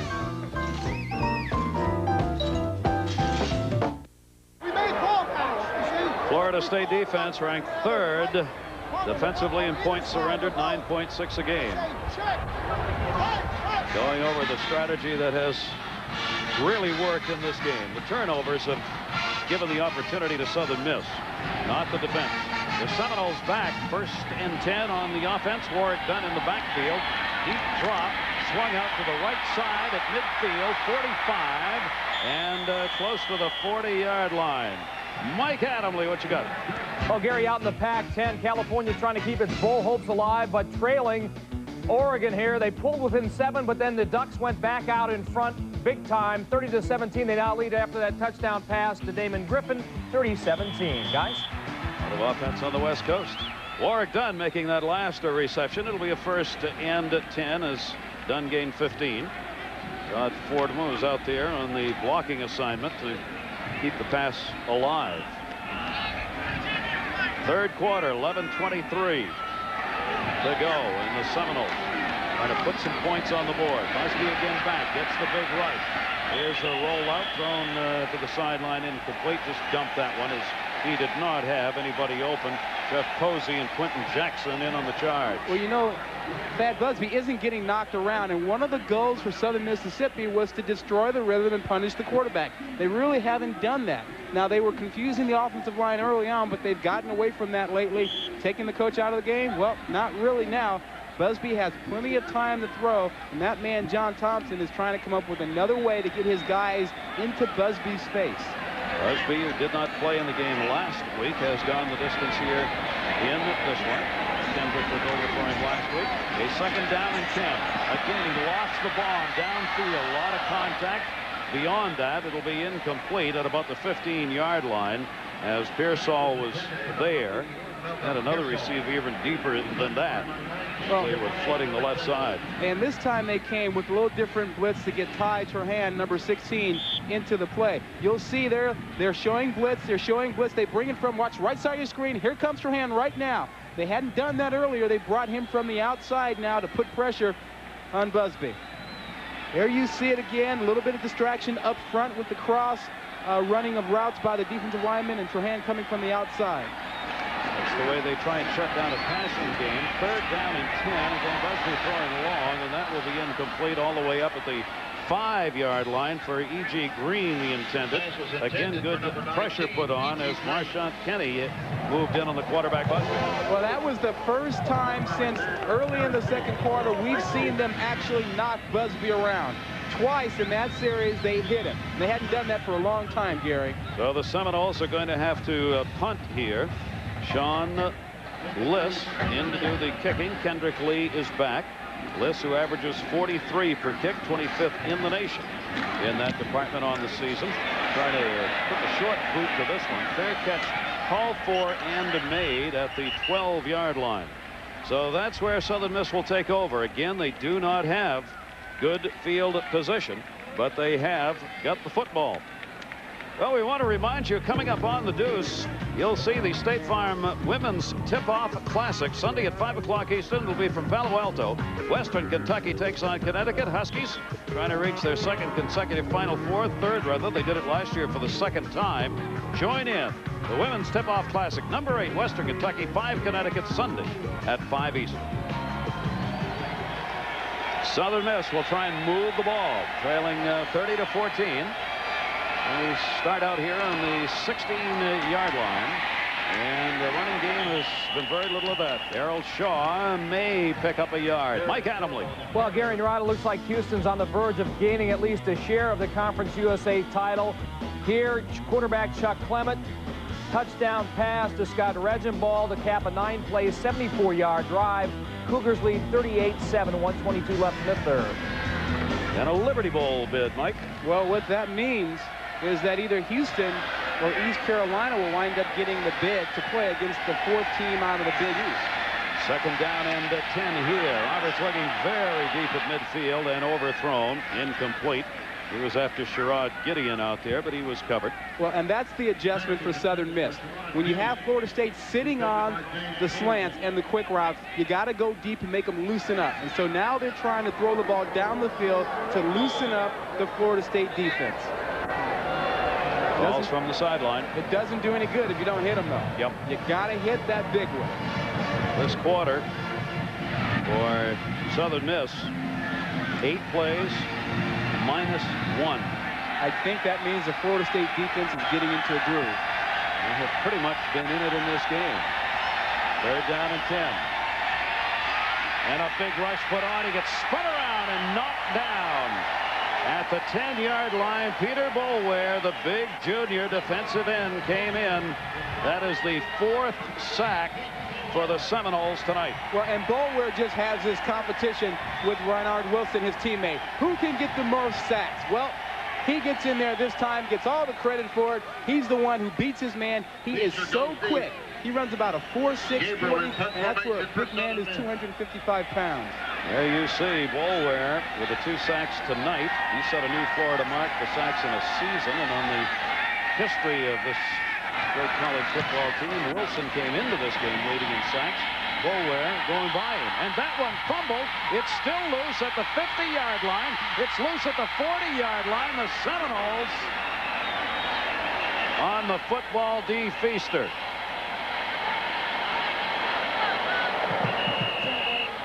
The turnovers in this game have mattered. And Jeff Bauer really wanted that one. Feaster just knocked that ball down. It looked like he closed his hand just as the ball was coming to him, a little bit early. Well, he hustles to get back on it, but that would have been a huge turnover for Southern Miss. Jamal Alexander being helped off the field. There's one of those of what might have been. Jeff Bauer's just shaking his head. That close to getting the ball at midfield would have been the best field position here in the 3rd quarter, but it's not. So the Seminoles take over again, first down and 10. They are at their own 39-yard line. First and 10, and they'll be working out of that shotgun again. He is long to go deep in this game and almost intercepted. It'll be an incomplete pass. Samari Roll moved up almost.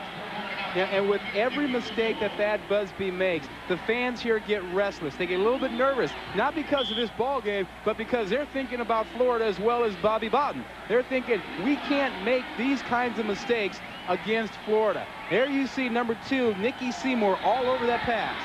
Almost pulls the intended. 4 straight incomplete passes now for Busby in this game.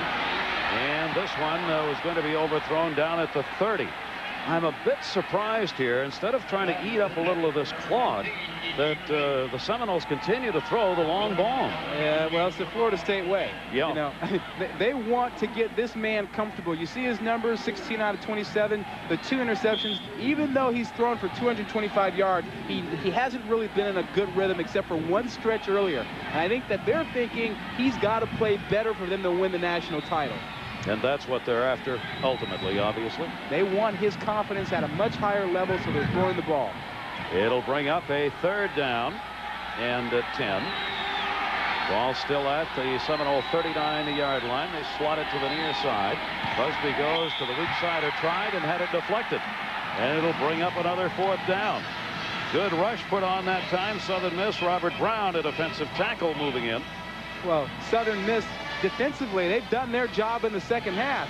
Again, good pressure. They're bringing more pressure from different areas. This time you see that Busby once again has thrown another incompletion. This one knocked down. That's 6 straight incompletions, Gary.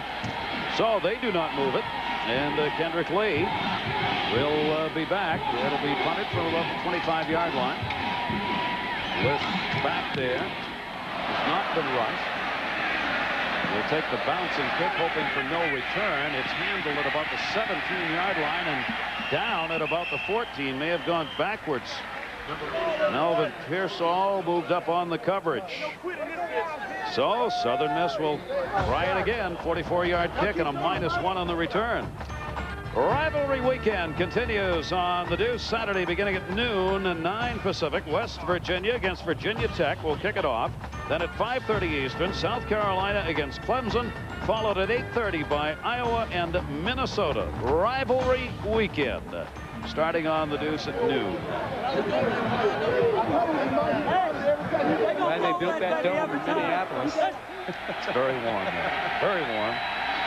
Harold Shaw will be the setback here. Again, deep in their own territory at the 17-yard line. Lead looking, and that'll be thrown incomplete on the button hook on the far side. Really not very close over there to Kendrick Lee. Well, pressure that a defense can put on you, speed, makes you throw the ball a little bit faster.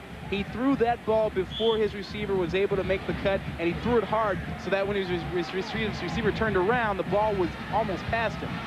Roberts is now 0 for 5 in this quarter. Both these quarterbacks here in the second half struggling a little on passing game. Yeah, playing against a pretty good defensive play in the second half.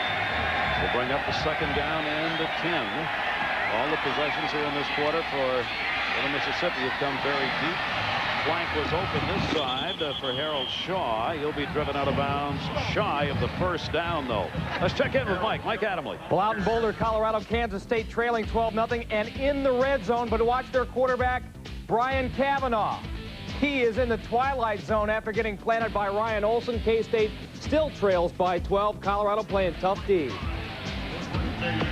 Wow, and they do play pretty good defense at Colorado. Not bad at Florida State either. Beating up quarterbacks. Another third down. Todd Pinkerton has come in along. Eddie Shaw's in the backfield. Pinkerton set up wide to the other side. Pinkerton cutting in. Bounces up in the air. It'll be incomplete. Well, and you saw the coverage. The slant route is no longer there for Southern Mississippi. I mean, Florida State is all over that. They're sitting for it. Look at them. They're just stopping 5 yards deep. They're thinking slant route, my foot. You want to throw the ball? Go deeper. Byron Capers was there. They are right on the receiver. Yeah, they're just sitting there waiting for it. Almost picked off that time. Probably should have been. So another punting situation as these teams continue to exchange punts. Peter Warwick back at the 40-yard line. Gabriel has done the kicking and is out there for Southern Miss. See if the rush is put on by the Seminoles. And the fake, and incomplete, bad pass. The Seminoles will get great field position. T.J. Slaughter, the intended here on the pass, but it was bounced. Oh, he had him there. Fooled Florida State. They had the man wide open, weren't able to complete the pass. The punter rushed himself. Jack Gabriel rushed himself when he probably didn't have to. He had his man, T.J. Slaughter, out there. Look at him. A little bit nervous, a little excited. Just doesn't get it out there. Had no feet on the ground when he threw that pass. Just never got any kind of balance. So, fourth down, they do not convert. And a first and 10 for the Seminoles. And they are deep in Southern Miss territory. They'll work out of the I formation here with Gunn in the backfield over the 20 and up to about the 16-yard line. The hitting goes on well after the whistle there. The Trill Pollard came up, put the hit on. Well, and this is the dangerous part of the game now. Warwick Dunn can just take you apart. Here you see he's tied the record for 46 touchdowns at Florida State with Greg Allen. But he can pop one on you, and it will demoralize the defense if he gets the ball and breaks one. Yep. 2 touchdowns, a 4-yard run in the first, and he's had the 15-yard run here in this period. A second down and 3. And again, they'll go up the middle looking for the first down, shy of the 15 and probably shy of the first down. Dunn again. Warwick Dunn again on the carry. It'll be close. Cedric Walthaw came up with a hit. Jason Hall, number 92, was over there to finish him off. And you need that because one guy will have a tough time trying to tackle Warwick Dunn by himself. And it was not enough for a first down, well shy of that. Ball spotted at the 16-yard line. It'll be a third down and 3. And they go straight up the middle, and that will be close to a first down. Looks like a yard shy. Pooh Bear Williams started out carrying the ball a lot, has not carried a lot here after the first quarter. We've got a flag down on the play, and it'll go against the Seminoles on the hold. Break for Southern Miss. Hubert Williams carried the ball enough last season, however, to score 12 touchdowns. Hasn't had that opportunity yet this year. Was a 3rd down and 3 situation. Holding, offense, 10 yards, repeats it down. So they will repeat 3rd down. It'll be 3rd down and 13 this time. Well, it's important for Southern Miss to think about making a play defensively. It's not enough to simply hold Florida State. They need to push them back or create a turnover. They need to do something to give their offense some life here. Big 3rd down play for the Seminoles to try and get the football back. They spread it out. Look at the defensive line. There isn't one. Yeah, look at the gap in the middle of the field. They're giving him the middle. 3rd down and 13 out of the shotgun. They go to the short man up, and that'll be enough inside the 10 for the first down. Ward Dunn. The snap came directly to Dunn. Mershant Kenny put the hit on, or he would have been gone for his 3rd TD. Yeah, well, you know, they gave him the middle of the field, and Florida State took it. And when you give Ward Dunn this much room, and you give him a couple blocks, you're in big trouble. Look at that gap there, and there's the blocking, and now Ward Dunn is in the middle of your defense, and nobody is in a position to put a hat on him. That's asking for trouble. And it is a 1st down. They convert on the 3rd. So Dunn has rushed for 69 yards now in 10 carries with 2 touchdowns. Green split out wide to the right side. Foles over there. The pass, a dangerous one, will be incomplete. That was out there in the flat area where it looked like Slaughter might pick it off. Yeah, had T.J. Slaughter simply looked back at the quarterback, he would have picked that ball off and would have gone 80 yards for a touchdown. Watch the right side of your screen. Busby's just going to lay this one out there, and T.J. Slaughter will show up now. Had he been looking, he could have picked that one off. Hubert Williams, the intended receiver. So 7 incomplete passes in a row have been thrown now by Thad Busby. The Seminoles with a 2nd down. They are deep here at the 8-yard line. 2nd and goal from the 8. And that may be a loss back to the 9-yard line by Warwick Dunn, who had no room. Marchant Kenny, their leading tackler, again on the play. There's almost an automatic adjustment for Southern Miss. I formation inside the 10, blitz right up the middle, because Florida State likes to run Warwick Dunn on the toss sweep. They knew it, they expected it, they ran the right blitz to pick it up. Well, they will bring in the wide receivers here as Messman comes on. And John Thompson is telling his guys, look for the fade route. Be concerned about the ball thrown to the corner of the end zone. 3rd and goal. Ball is at the 9-yard line. Thad Busby in the pocket. Near side, open, incomplete. It was underthrown to Peter Warwick. He was wide open. Yeah, underthrown, but Warwick has got to help Busby. He's got to make that catch. Now, Thad didn't give him the best ball in the world, but he's got to make this catch. Look at it, right here. There's Warwick. He's got a chance to make it. It skips into him. He's got to try to come up with it, but Busby certainly put him in a bad position. Had he just put the ball on the line, it would have been a touchdown. So they'll go for the field goal here. Scott Bentley will try for a 27-yarder. Bentley has gone 12 for 19 in the field goal department. Dead ball, false start on the offense, 5-yard penalty, 4th down. Add 5 more to the field goal try. 30-14. The Seminoles on top, unable to convert on that drive. A 32-yard field goal attempt here. And got his foot into that one. That is through the uprights. So Bentley puts one through and will add 3 more. And Florida State extends their lead to 33-14. You know, when Scott Bentley came to Florida State, he was on the cover of Sports Illustrated before he ever suited up for a game here. There was a lot of pressure on him to be the guy to correct the wide right situations when Florida State couldn't win the national title by missing field goals. Well, he came in, went through a slump, had some off-field problems, and has come back to be one of the top kickers ever in the ACC. 302 points Adding to it here. He is now 13 for 15. Correct myself on the field goal numbers that he has. 13 for 15 on the year for him. Yeah. The other thing that I like about him is that he was about 170 pounds when he came here.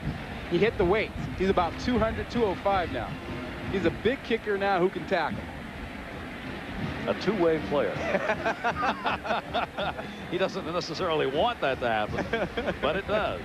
The Seminoles trying to remain undefeated as they are 8-0, 7-0 in the ACC. Trying to wrap up at #1 in the ACC, keep their hopes alive for #1 nationally. And your Bobby Bowden now is wearing the headset. Is he calling plays now? He told us he wouldn't do that. He's got the headset on now. Maybe just chatting. Not likely, however. 4:42 left to go here in the third. Chatting with that man, Mark Rich, who calls the plays now. Has been at Florida State for a long, long time, 11 years, and he's actually a graduate of the University of Miami, one of the hated rivals for Florida State. Bobby Bowden in his 21st season. Only Joe Paterno among the active coaches has picked up more wins. And he's looking for another one here. Kendrick Lee. Getting this deep, and that's in the end zone. He had 1 foot in. Does get it out to the 20 and up to the 24-yard line. And Southern Miss will take over there 1st and 10. The National Championship Trophy. They won it the only time, 1993. You're a coach and you're Bobby Bowden. Just how many times do you want to win this trophy? Is once enough? People used to tell me, you know, that when I had never been on a national championship team, I think a lot of people thought I'd just retire after that. I mean, after all these 60-something years of age. Well, but it's just like I thought. If you win one, you want two. You know, nothing is satisfying. I don't care. If you had $1 million, you'd want $2 million. If you had 3, you'd want 4. If we won 2 national championships, I'd want a 3rd one, you know, as long as you're in it. So what does it do when you win one? It makes you want another one. I don't know. If I got $1 million, what you want to? I might be content. Or if I got 2, I think, you know, 2 might be the mark where. But that's the way you have to feel if you're going to be involved in sports in your life. I guess that's why you we're gotta want to here. win, right? Yeah, gotta want to win. Todd Pinkston on the reception, the freshman. It is a 1st down, a gain of 18. Lee Roberts, the completion. So Roberts gets out of his funk in throwing the football. 2-man eye. They split it to the right side. Goes straight up the middle and nowhere to go. Tyrone Boulware, the junior fullback, on the carry, brought down by Darrell Bush. You know, Mickey Andrews, the defensive coordinator for Florida State, told us yesterday that the single most important thing they did in the offseason was stress that they needed to rededicate themselves defensively here. That the offense had carried the team last year, and that Florida State didn't play good defense last year. Well, they're playing pretty good defense this year. He said that they're more aggressive, and they're certainly much more or better team chemistry. Magnificent defense has been played this season and in this game. They've got a 33-14 lead. It'll be a 2nd down and a 10. Harold Shaw, the lone setback. Big rushes on by the ends, and they squeeze it and get it done again. Brought down back near the 35. Peter Boulware, one of those bookends, moving in again. Well, you can take your pick. Close your eyes and say either 58, Peter Boulware, or 55, Reinhard Wilson. They're both always racing to get to the quarterback. That time, Boulware got there. You know, and when you're 6'5", 6'3", and you want to run about a 4'5", 4'6", 40 and weigh 250, you think maybe you have an agent or two who'd like to be your representative? Can't keep them out of there. Just cannot keep them out. And they squeeze it shut and compact the offensive territory so quickly. Rod Gideon split out wide left side. Again, the big rush on. They throw underneath the coverage up to the 40-yard line. And a gain of a couple on the carry by Harold Shaw coming out of the backfield. Yeah, well, you know, the thing that makes such a difference on defense is speed. If you have guys that can run, you can shut down or constrict the field. Now watch how quickly you see the Florida State players close on this. And how many? Count them. 1, 2, 3, 4, 5 guys get in on the tackle. I mean, that's team football. That's great speed. Bush was there. Crawford was there. And Gabriel comes back out to punt here. It's a 4th down and 10. Peter Warwick will be deep for the Seminoles. He'll be standing back at about his own 20-yard line for the Gabriel kick. Angled to the far sideline, and it'll take a Seminole bounce. And will be down at about the 33-yard line. 25-yard punt. And the Seminoles on top 33-14. Knowles will take over here, first down and 10. He may not need the headset on anymore. ESPN2's coverage of boxing tomorrow at 9:30 here on The Deuce. It'll be for the vacant WBF Junior Middleweight Intercontinental Championship from Bristol, Connecticut. Charles Bam Bam Whitaker against Chris Rosie Rosenbaum. You'll see it. That's tomorrow at 9:30. Southern Miss with their D back out there. Here's the reverse, and that's going nowhere. Back at about the 21-yard line, the reverse. Robert Brown read it. Peter Warwick, the carrier, just barely got the football. Yeah, and Robert Brown is in the middle of your screen. He's the nose guard. He played off, came up, went right to the reverse. Didn't get fooled at all. Heck of a play. It'll be a loss of 10, a loss of 9 on that. And we'll bring up the second down and 19. First time we've seen that. That's a one-a-play game generally. Wide receivers both ways. Down in the backfield, they fake to him. They'll be looking to the wide side, up to the 30, 35, 40, midfield and over it. Still on his feet at the 40, the 30, the 20. Warwick Dunn, touchdown!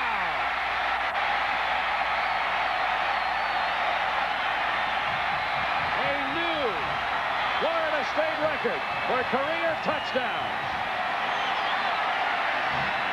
Oh, is he something special? 78 yards. And 78 beautiful yards. I mean, he showed you a little bit of quickness, a little bit of speed, and his great vision, his ability to change directions and read blocks. A tremendous run. Todd Fordham helping out with the blocking. Downfield, extra point is up and good. And Dunn has 3 touchdowns in this game, the number he needed to set that new mark. And Florida State, number 3 in the nation, a 40-14 lead now. Well, look at the blitz coming up the middle. That's what they're thinking. Let's put pressure on and watch Warwick Dunn slip outside for the screen. The blocking is set up for him. Now he's in open space. When you're in open space with Warwick Dunn, you're at his mercy. Watch the cut back here. He sees it. He makes 2 guys miss, and now it's just a foot race to the end zone.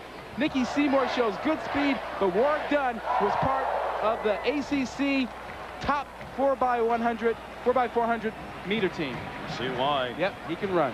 What great moves.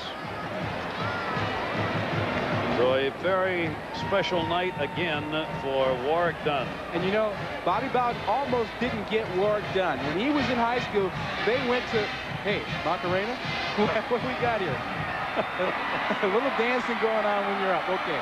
But Warwick Dunn was a quarterback in high school, running the option, and Florida State was looking at one of the running backs. They happened to see him and say, we like the kid. Let's recruit him as a defensive back. He's gone over 900 yards. He's looking for his 3rd season with a 1,000-yard game. He's going to get it. They got 2 more games left. And the Seminole fans on their feet here as their teams opened it up. Well, he is truly a difference maker. Kendrick Lee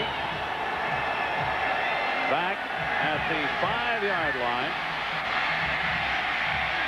The 20, 25, and they're driven out of bounds at about the 28-yard line. The coach, Bobby Bowden, like having this guy around. He comes in here as an unknown freshman. We actually signed him as a defensive back. Show you how brilliant we are. You know, so but once he got that ball in his arm, you could tell he needs to be a ball carrier. His first year, he scores 10 touchdowns as a freshman. And we won the national championship, some outstanding players. But I think we would not have won it without his contribution, you know. Now, since that time, gee whiz, at 175 or 78 pounds, here's a guy trying to gain 1,000 yards 3 years in a row. You know, we've never had one at Florida State to do it over once. He's already done it twice. He's trying to become a 3-year man. Bobby Bowden talking about those 3 years of 1,000 yards. Harold Shaw, the carrier, brought down here. How high will he go when he looks to the National Football League? Well, he's rated highly by all the scouts. He's got great hands, great speed, great vision, all the instinctive things you look for. The one question is obviously his size. Well, I don't think that's going to be a question mark for him when you look at what's happened before. Guys his size have been drafted in the second round, the first round. I see him as a first-round pick because he can open up a game for you. Second down and 11 here. Southern Mississippi, their final game of the season. Seeing their hopes at any kind of a bowl bid going by as we've completed 3 quarters. And this tough Seminoles team, ranked 3rd in the country, led by Warrick Dunn, as a 40-14 lead.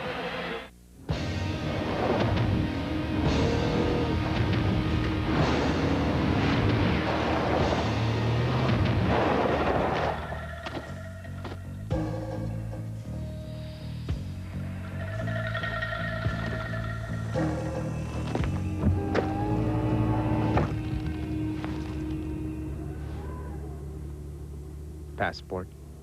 Yes. These are the biggest feet in pro basketball. Shoe size 21. If you think the shoes are hard to fill, imagine what it takes to fill the rest of him. Big boy. Well, new cheese tortellini from Chunky foots the bill. It's loaded with giant ring-shaped pasta stuffed with cheese, plus huge chunks of chicken and tons of vegetables. So if you've got a giant appetite to feed, Chunky Cheese Tortellini scores with the big boys. Satisfied? Oh, yeah.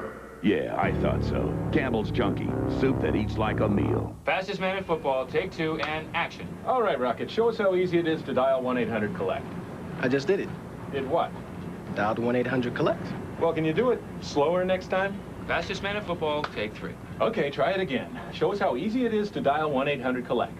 I just did it. Did what? Dialed 1-800-COLLECT. You did? Can we go to replay?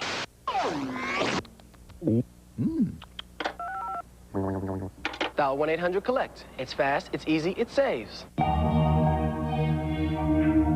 thought I was running away.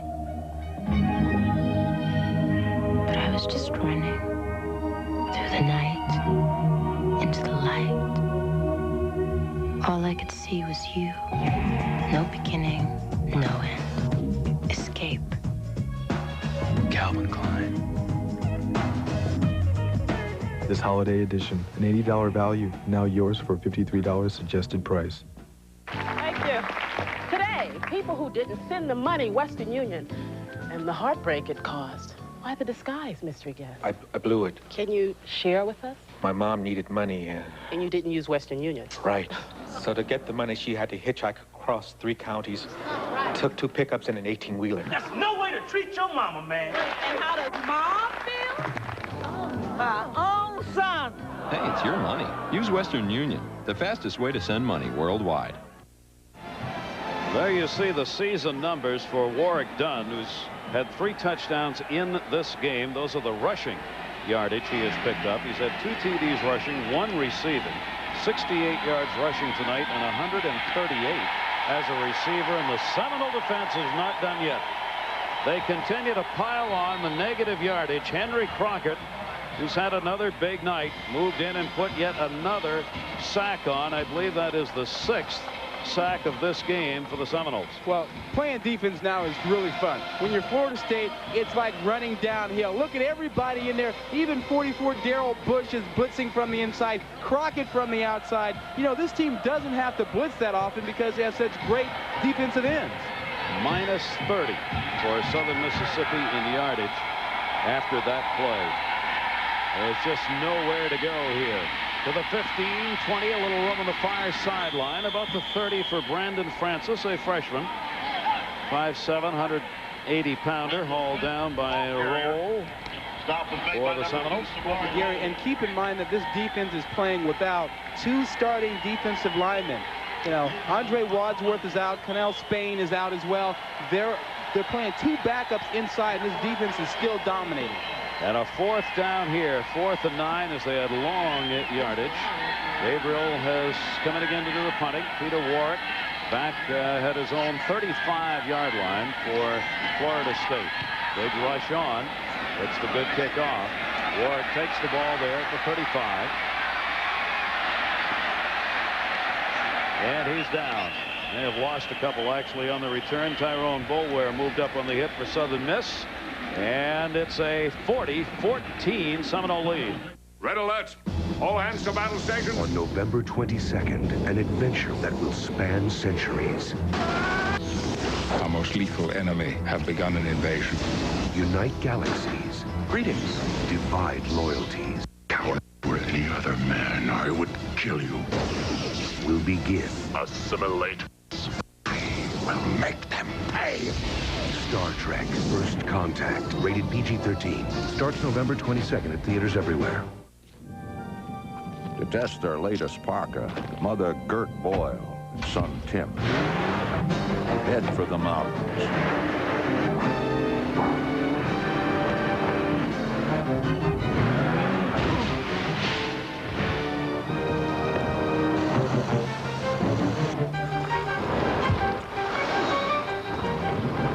Columbia Sportswear. One tough mother. Oh.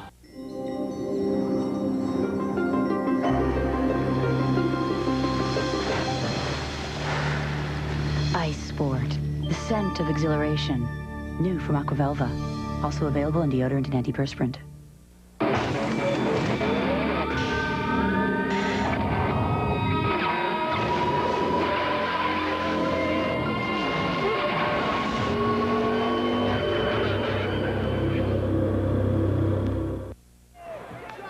ESPN2's presentation of college football is brought to you by Paramount Pictures Star Trek First Contact. Starts Friday, November 22nd at theaters everywhere. Rated PG. And here in Tallahassee, we'll get a new quarterback as the youngster Dan Kendra has come on. He loves to run through people, and so does Rock Preston. Preston's had an impressive game, including a touchdown. He'll get a first down here and takes it in to Southern Miss territory. This is Dan Kendra, a big 6'2", 238-pound red-shirted freshman who had the big week last week with 3 TDs. He's the quarterback of the future for the Seminoles. Well, a couple of years ago, coming out of high school, he was the high school player of the year by the USA Today. Everybody wanted him. He's a big kid, about 235 pounds. Busby is now on the sideline watching the guy who quarterbacked in his absence last week. Busby threw for 302 yards, 17 for 32, 2 TDs, and 1 interception. Hit made behind the line of scrimmage. Khalid Abdullah, who has come in to play, he's got a bad hand. Probably would have played more for Florida State. He's in there now, and there's Kendra. Kendra's dad played for Bobby Bowden at West Virginia years ago. So nobody was really all that surprised when Kendra selected Florida State and Bobby Bowden. He loves to run through people. He can carry the football. Oh, yeah, he doesn't shy away from linebackers, linemen. 235 pounds, he just goes after them. A second down and 9 situation. Rolls out with that big arm and completed, yes. At the 14-yard line as Wayne Messman, the senior, hauls that one in. Kendra, a 14-yard completion. Well, he's a big guy, mobile guy. Watch him roll on out to the right side here, and he'll set himself up. Just check out his arm. He's moving, but he still throws a nice bullet right there to mess him for a first down.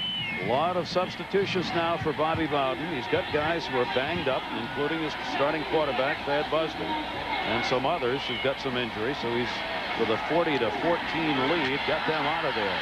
And a tackle made on Rock Preston.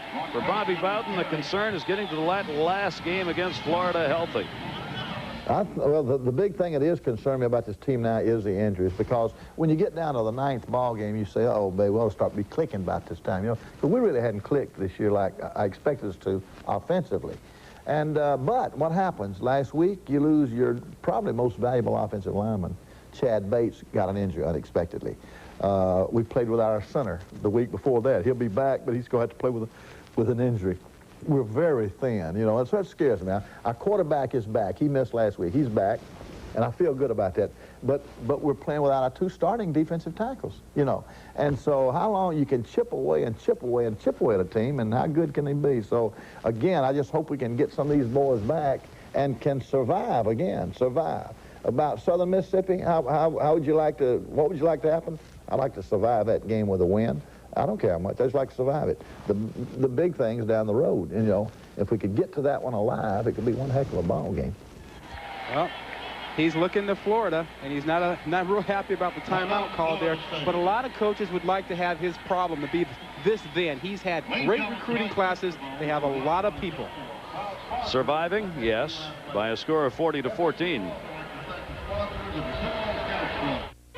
See, Bob, was that your daughter on hard copy last night? Hey, Bob, they ever find your gold card? Hey, Bob, I hear your neighbor's suing you. Bob, your computer crashed. Hi, Bob. What about your root canal? Bummer. Whoa, looks like you stepped in something, Chief. Life gotten a little crazy? Try the simple sanity of an Accord sedan. From Honda.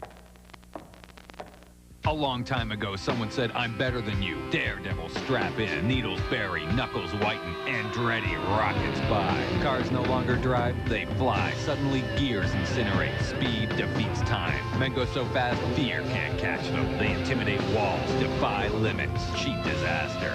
And screaming above the deafening roar you hear, I'm better than you, and I can prove it. Andretti Racing. If it's in the game, EA Sports. It's in the game. The world is a magical place, and one camcorder captures it like no other.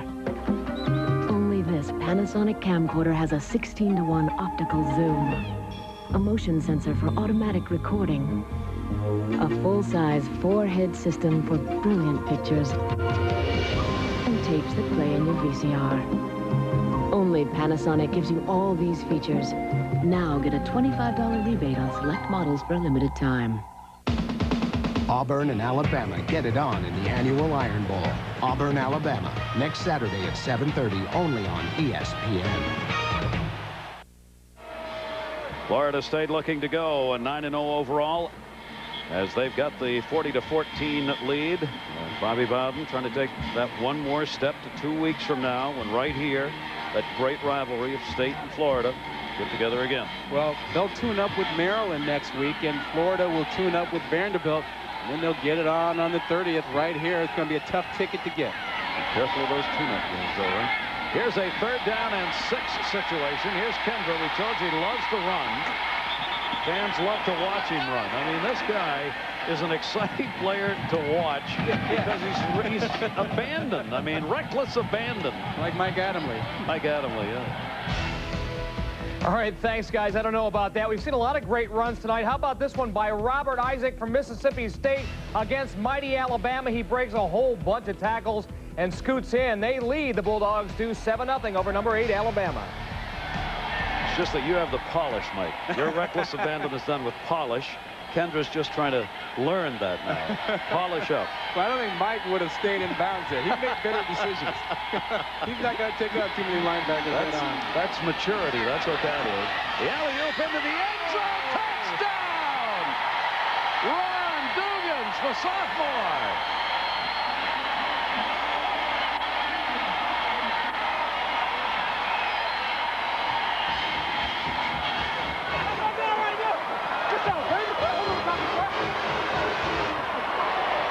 He's 6'3" and 167 pounds, and he made a great play there, going up high over the defensive back to pull in the touchdown pass. His first. And through the uprights. Scott Bentley puts it in, 47-14, Florida State. Well, Kendra gets a little pumped up. He does a nice ball here, throws a nice touch pass. Watch the play at the end. Great leaping ability. Uses those long arms to reach over Alexander to make the grab. And you know this quarterback likes to do this as well. He can put his head down and run over people and put a nice little touch on the ball. Nice fade route for the touchdown. Kendra plays with such authority for a red-shirted freshman, getting his first real chance this year. And he has that presence, Rob. He's got a presence about him. Well, yeah, he electrifies the crowd when he comes in the ball game because of the way he carries himself and runs around out there, and he's all business out there. Has a lot of fun. He looks like a lineman out there. He's so big. People like watching him play. Tough situation to be in if you're Bobby Bowden, right? Yeah.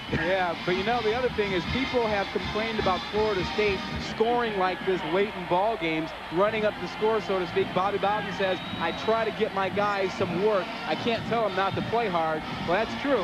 You can't tell them not to play hard, but you don't have to tell them to throw touchdown passes either. True. Yep.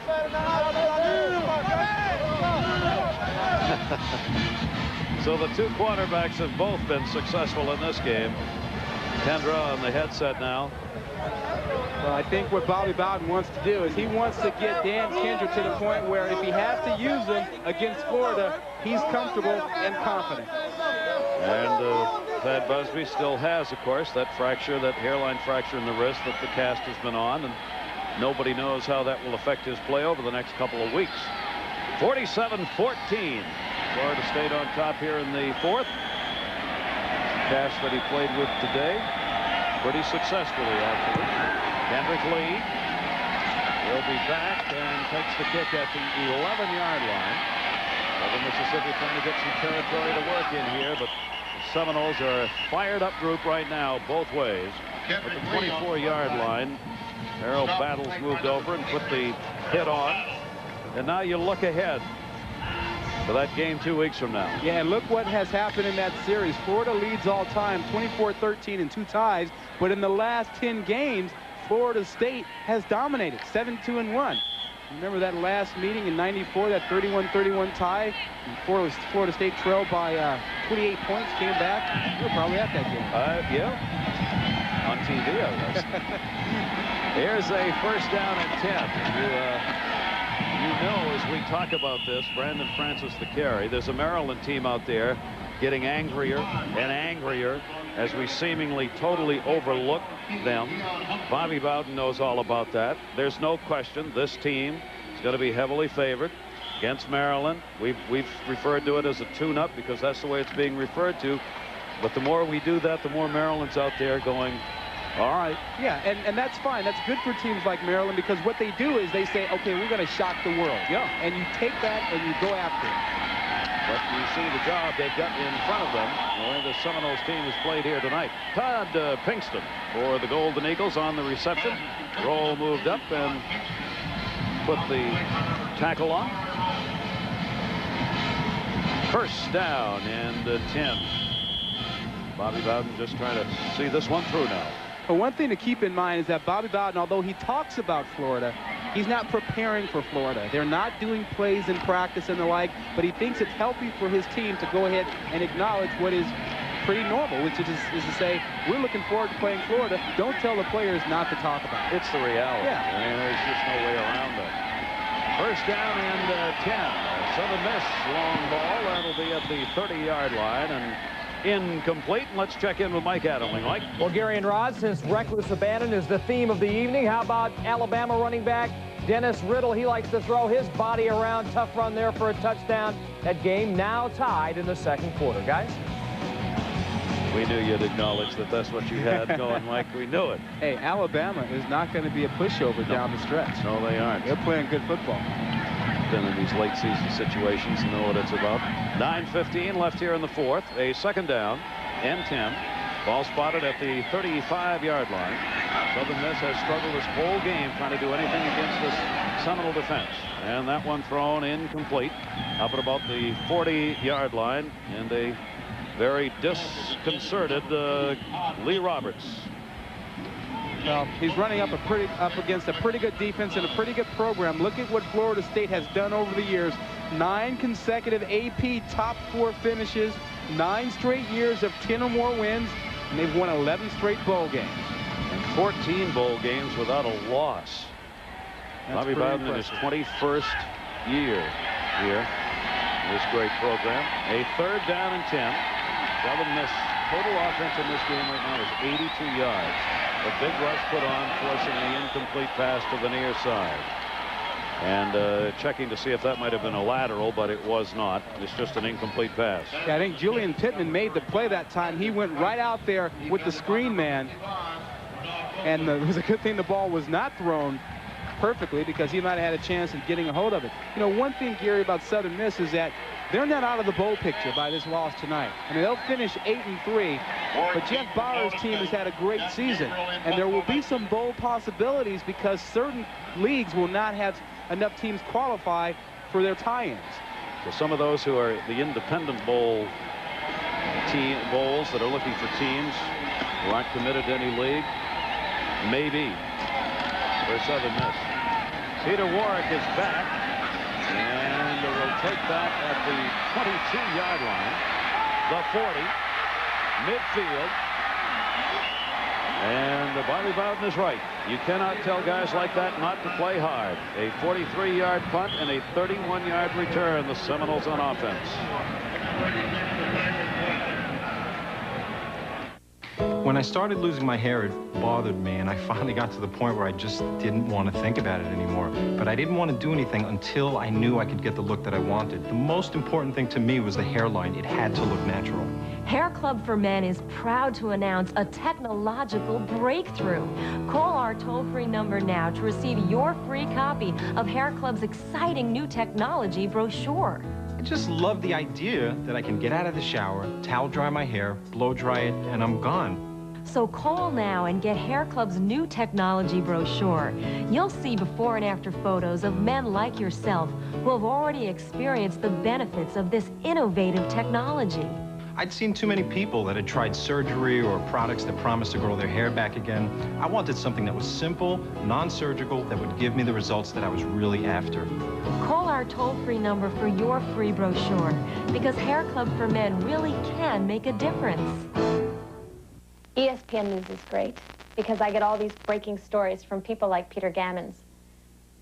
And with ESPN Net Sports Zone, I can find out more about a story I just heard on ESPN News. Or go into Peter Gammons' chat room. Share my thoughts with Peter. Find out why he won't return my calls. Or just be with him. You know what I don't like? His wife. She's not very friendly. Florida State with a big 47-14 lead. The ACC and the Conference USA in this matchup with 8:51 left to go in the fourth. It'll be a first down and 10. Kendra will stay in there at quarterback. He will option work himself to the near side, the 30, 25, the 20, and inside the 10. Khalid Abdullah, who has come on only for the last two series, a 40-yard gain. Another screen pass by Florida State. Kendra fakes the run, and now you'll see Abdullah get out there. He's got the bad hand, but he makes a nice catch and then just rumbles. And I know we were talking about throwing the ball and the like, and you can't tell guys not to run hard, but you can run the clock out. Yep. You've got a big lead here, 8 minutes to go. You can run time off the clock. Well, Abdullah picking it up there, looks at the clock, thinks about 2 weeks from now. How do they compare against Florida? I made a statement a couple of weeks ago that I thought Florida was about 25 points better than us. And I haven't studied Florida, but I do catch them on television. If they're playing in the afternoon, we play at night, I watch them, you know. And just the easiness in which they score, they look to me about a couple of touchdowns or maybe 3 touchdowns better than us right now. I was hoping we could close that gap. And maybe we can a little bit the next 2 weeks. But I feel like Danny Werfel, his knowledge of the game and his ability to find the right receiver right now might be the biggest difference. Our quarterback is younger and is learning, but I feel like his passing game's a little bit ahead of ours right now. Maybe a couple of touchdowns worth. Well, he's got 2 quarterbacks. There's the number for Busby, the man he was talking about tonight. 2 TDs, 2 interceptions. They had a tough first quarter, but played much better after that. Dan Kendra came on to start the fourth quarter and has really been a whirlwind out there. Yeah, he just excites everybody. Coming off the field, Jamal Alexander for Southern Miss. Shaken up on that last play is all right. He walked off under his own power. Kendall again, and touchdown. They've done it again. Coles in the end zone. 2 series, 2 TDs for Kendall. And Coles is a freshman receiver. They've been using freshmen at the wide receiver spot because of the loss of Andre Cooper this season. And Coles is a guy who figures prominently for Florida State during the rest of the season, as that man, Kendra, might as well. Laveranues Coles, a 6'1", 195-pound split end. On the end of that one, over 500 yards in offense in this game now for Florida State, as opposed to 82 for Southern Miss. Kendra's 4 for 4, 77 yards and 2 TDs. Well, it's just going to be a quick route inside. You're going to see Kendra wait for him and just stand in the pocket and deliver the ball. There he is. He's going to come right. Here comes Coles on a square end, and there he is. Delivers the ball right in front of the defenders. And then Kendra acts as a cheerleader. Well, he's pretty good at doing that. He does not know how to just slow down on the field. He's going 1,000 miles a minute, you know, just all the time. There he is. Once again, another touchdown. He is exciting to watch, but boy, they are piling it up now. A 54. Now look at the biceps on him. And you don't find quarterbacks with arms like that. He's an avid weightlifter. He works out every day, eats about 5 or 6 meals a day to keep his metabolism coordinated properly. You know, he's like a lineman. And he follows a rigid schedule. He drinks 2 gallons of water a day. That ain't all water, folks. Well, there's the scoring drive. 47 yards covered in 31 seconds. Laveranues Coles, the 8-yard reception, and a 54-14 lead. Florida State has had a touchdown on their last 3 possessions in this game. And the hope of Southern Mississippi, one of the things we talked about, Rod, to hold this team down, the Seminoles to 300 or fewer yards. Not even close. Not close at all. Not close at all. And I think what happened to Southern Miss is they got a little bit discouraged in the second half. There were things that didn't go their way, and the defense really kind of broke down. And still 8:20 left to go. Sean Liss out there to do the kicking. Kendrick Lee again back. And as Rod said, one of the things not happening here, that clock's not running. Southern Miss, the defense has been out there a lot. Carried back to about the 19. Battles over for Florida State. We'll check in with Mike again. Mike Adamle. Oh, Gary, despite his very successful tenure at Kansas State, they still can't beat the big boys. Nebraska and Colorado, they come close, and every time they come close, Colorado, something like that happens to Bill Snyder's team. Another interception, they still trail 12-0. Guys? The moniker you hate to have hung on you. Yeah, well, Bill Snyder's done a great job with that program up there. But they're in a tough conference with Colorado and Nebraska. Chris Windsor has now come in at quarterback for Southern Miss. He will carry on his first play of the game, and he gets it up to about the 32-yard line. Windsor is a senior. Came on to play 5 plays as a receiver in last week's game, but is the backup quarterback as well, Chris Windsor. Yeah, he thought he was going to be the starting quarterback when Jeff Bauer made the change. He pulled Heath Graham, and Windsor was number 2 at the time. Thought he would play, but he was skipped over for the new quarterback. So Windsor in there running it right about the line of scrimmage. Maybe a half-a-yard gain for Shaw. And the whole middle of that Florida State defense shuts him down. 7:25 to go. Only 7 first downs in this game for Southern Miss. 24 for Florida State have been picked up, and the time of possession just continues to grow very lopsided in favor of the Seminoles.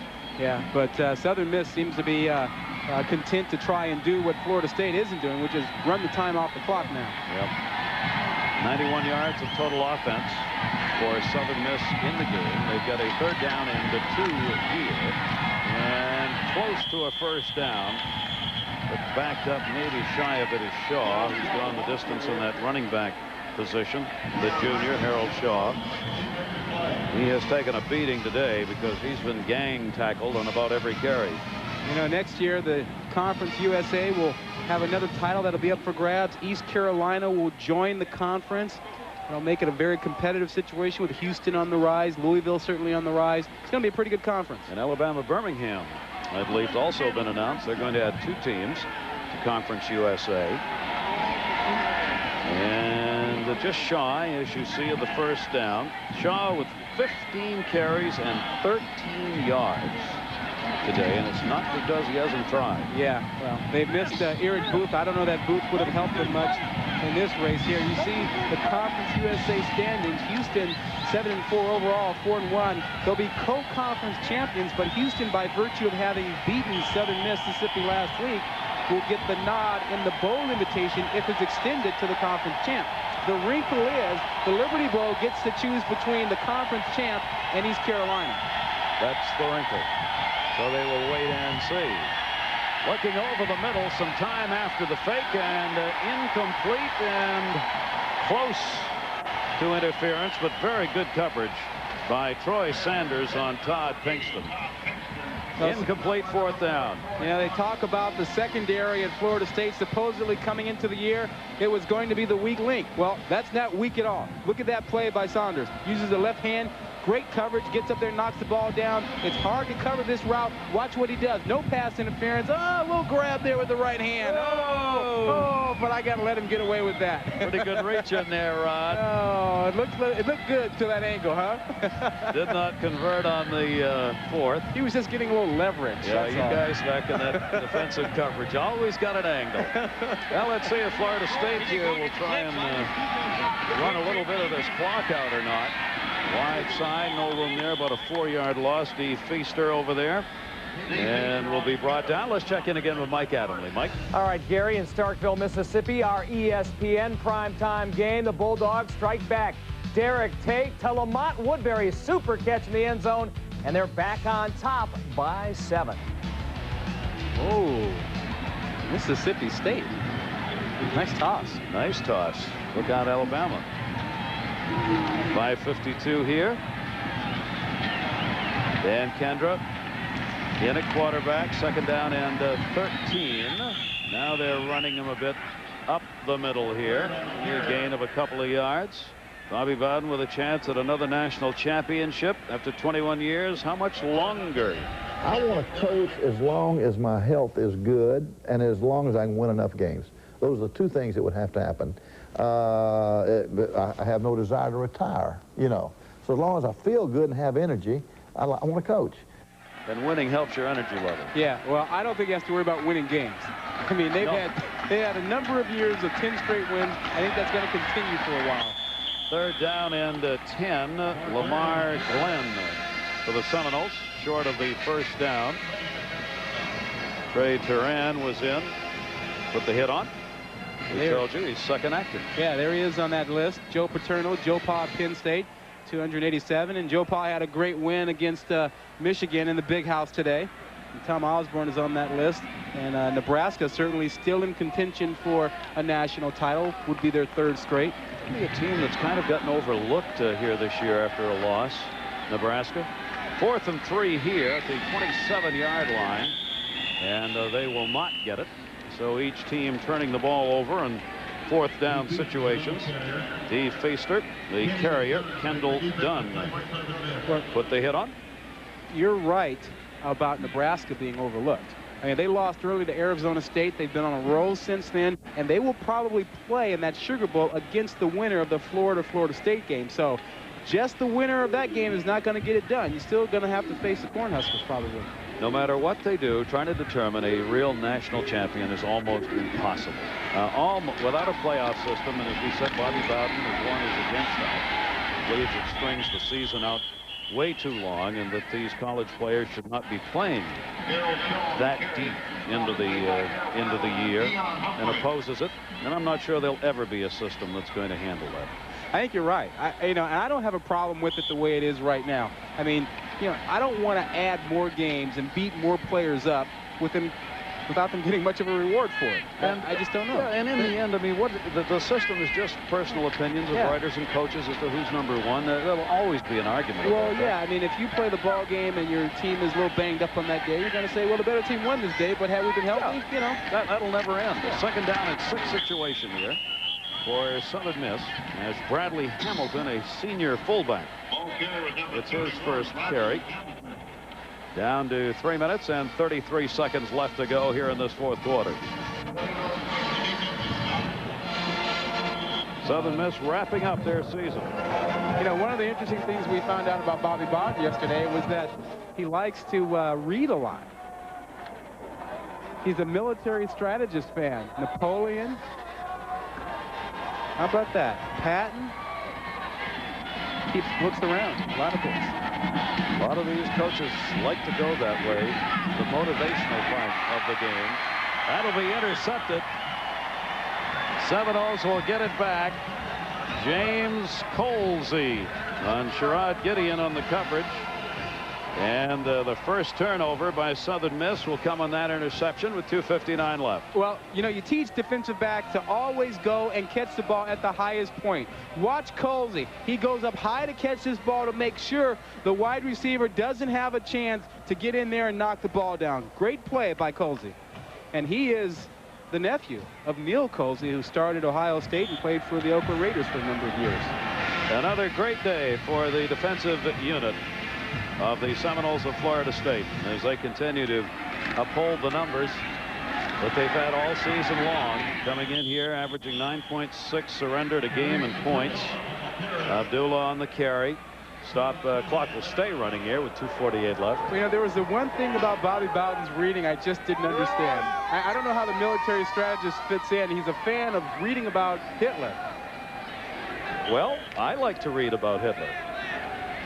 However, I find Hitler to be a little less motivational, shall we say, than some of the other readings Bobby Bowden is involved in. Yeah. Better Patton than Napoleon. And back at the 35, 40-yard line, Kendra over midfield just keeps, late hits. Keeps banging along over there. Well, Bowden said that he was curious about Hitler because he was obviously a great motivator. Well, that's one of those I think he might want to rethink. Yeah. Might want to rethink that one. Well, you know, in a strange way, what he was indicating was that Hitler had the ability to get a number of people to follow him to do some really strange things, abominable things. I don't think that's really the way you want to motivate people. You can always motivate hatred, can't you? You can. There's always a market for that. It's carried up to the 40. 35-yard line. Knocked back 5, regains 3. Dee Feaster looked like a pinball out there as he got nailed at about the 40, went back 5 yards, and then regained 3 of those. Yeah, what you want to do is you want to inspire. You want to inspire people to follow you and do great things. What's happening? Southern Mississippi is hanging in there. Minute 40 left to go. Clock continues to run. When you're down 54-14, all you can do is smile a bit and head on home. This will wrap up the regular season for Southern Mississippi. It'll be only their 3rd loss of the year. And it stopped at about the 33. Feaster again on the carry for the Seminoles. Started out a little tough. Southern Mississippi came on and converted an interception on that first series. 14-14 at one point, but that was that. Well, tell me, how do you like this Florida State team's chances against Florida? I think it's very hard to read this because this Florida defense obviously is so good, yet their secondary maybe can be had, and especially by Danny Werfel. Well, I think you're right. I think that Florida is certainly very good offensively. Danny Werfel is very good back there. He had trouble in the championship game last year against Nebraska.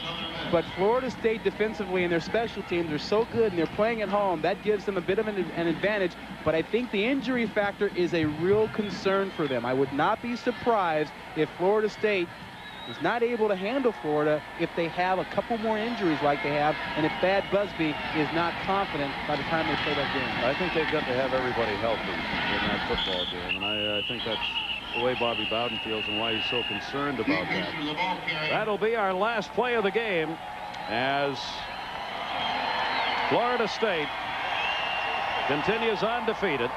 They are 9-0, 7-0 in the ACC. Don't go away. Norfolk State and Hampton coming up next. Great intra-state rivalry.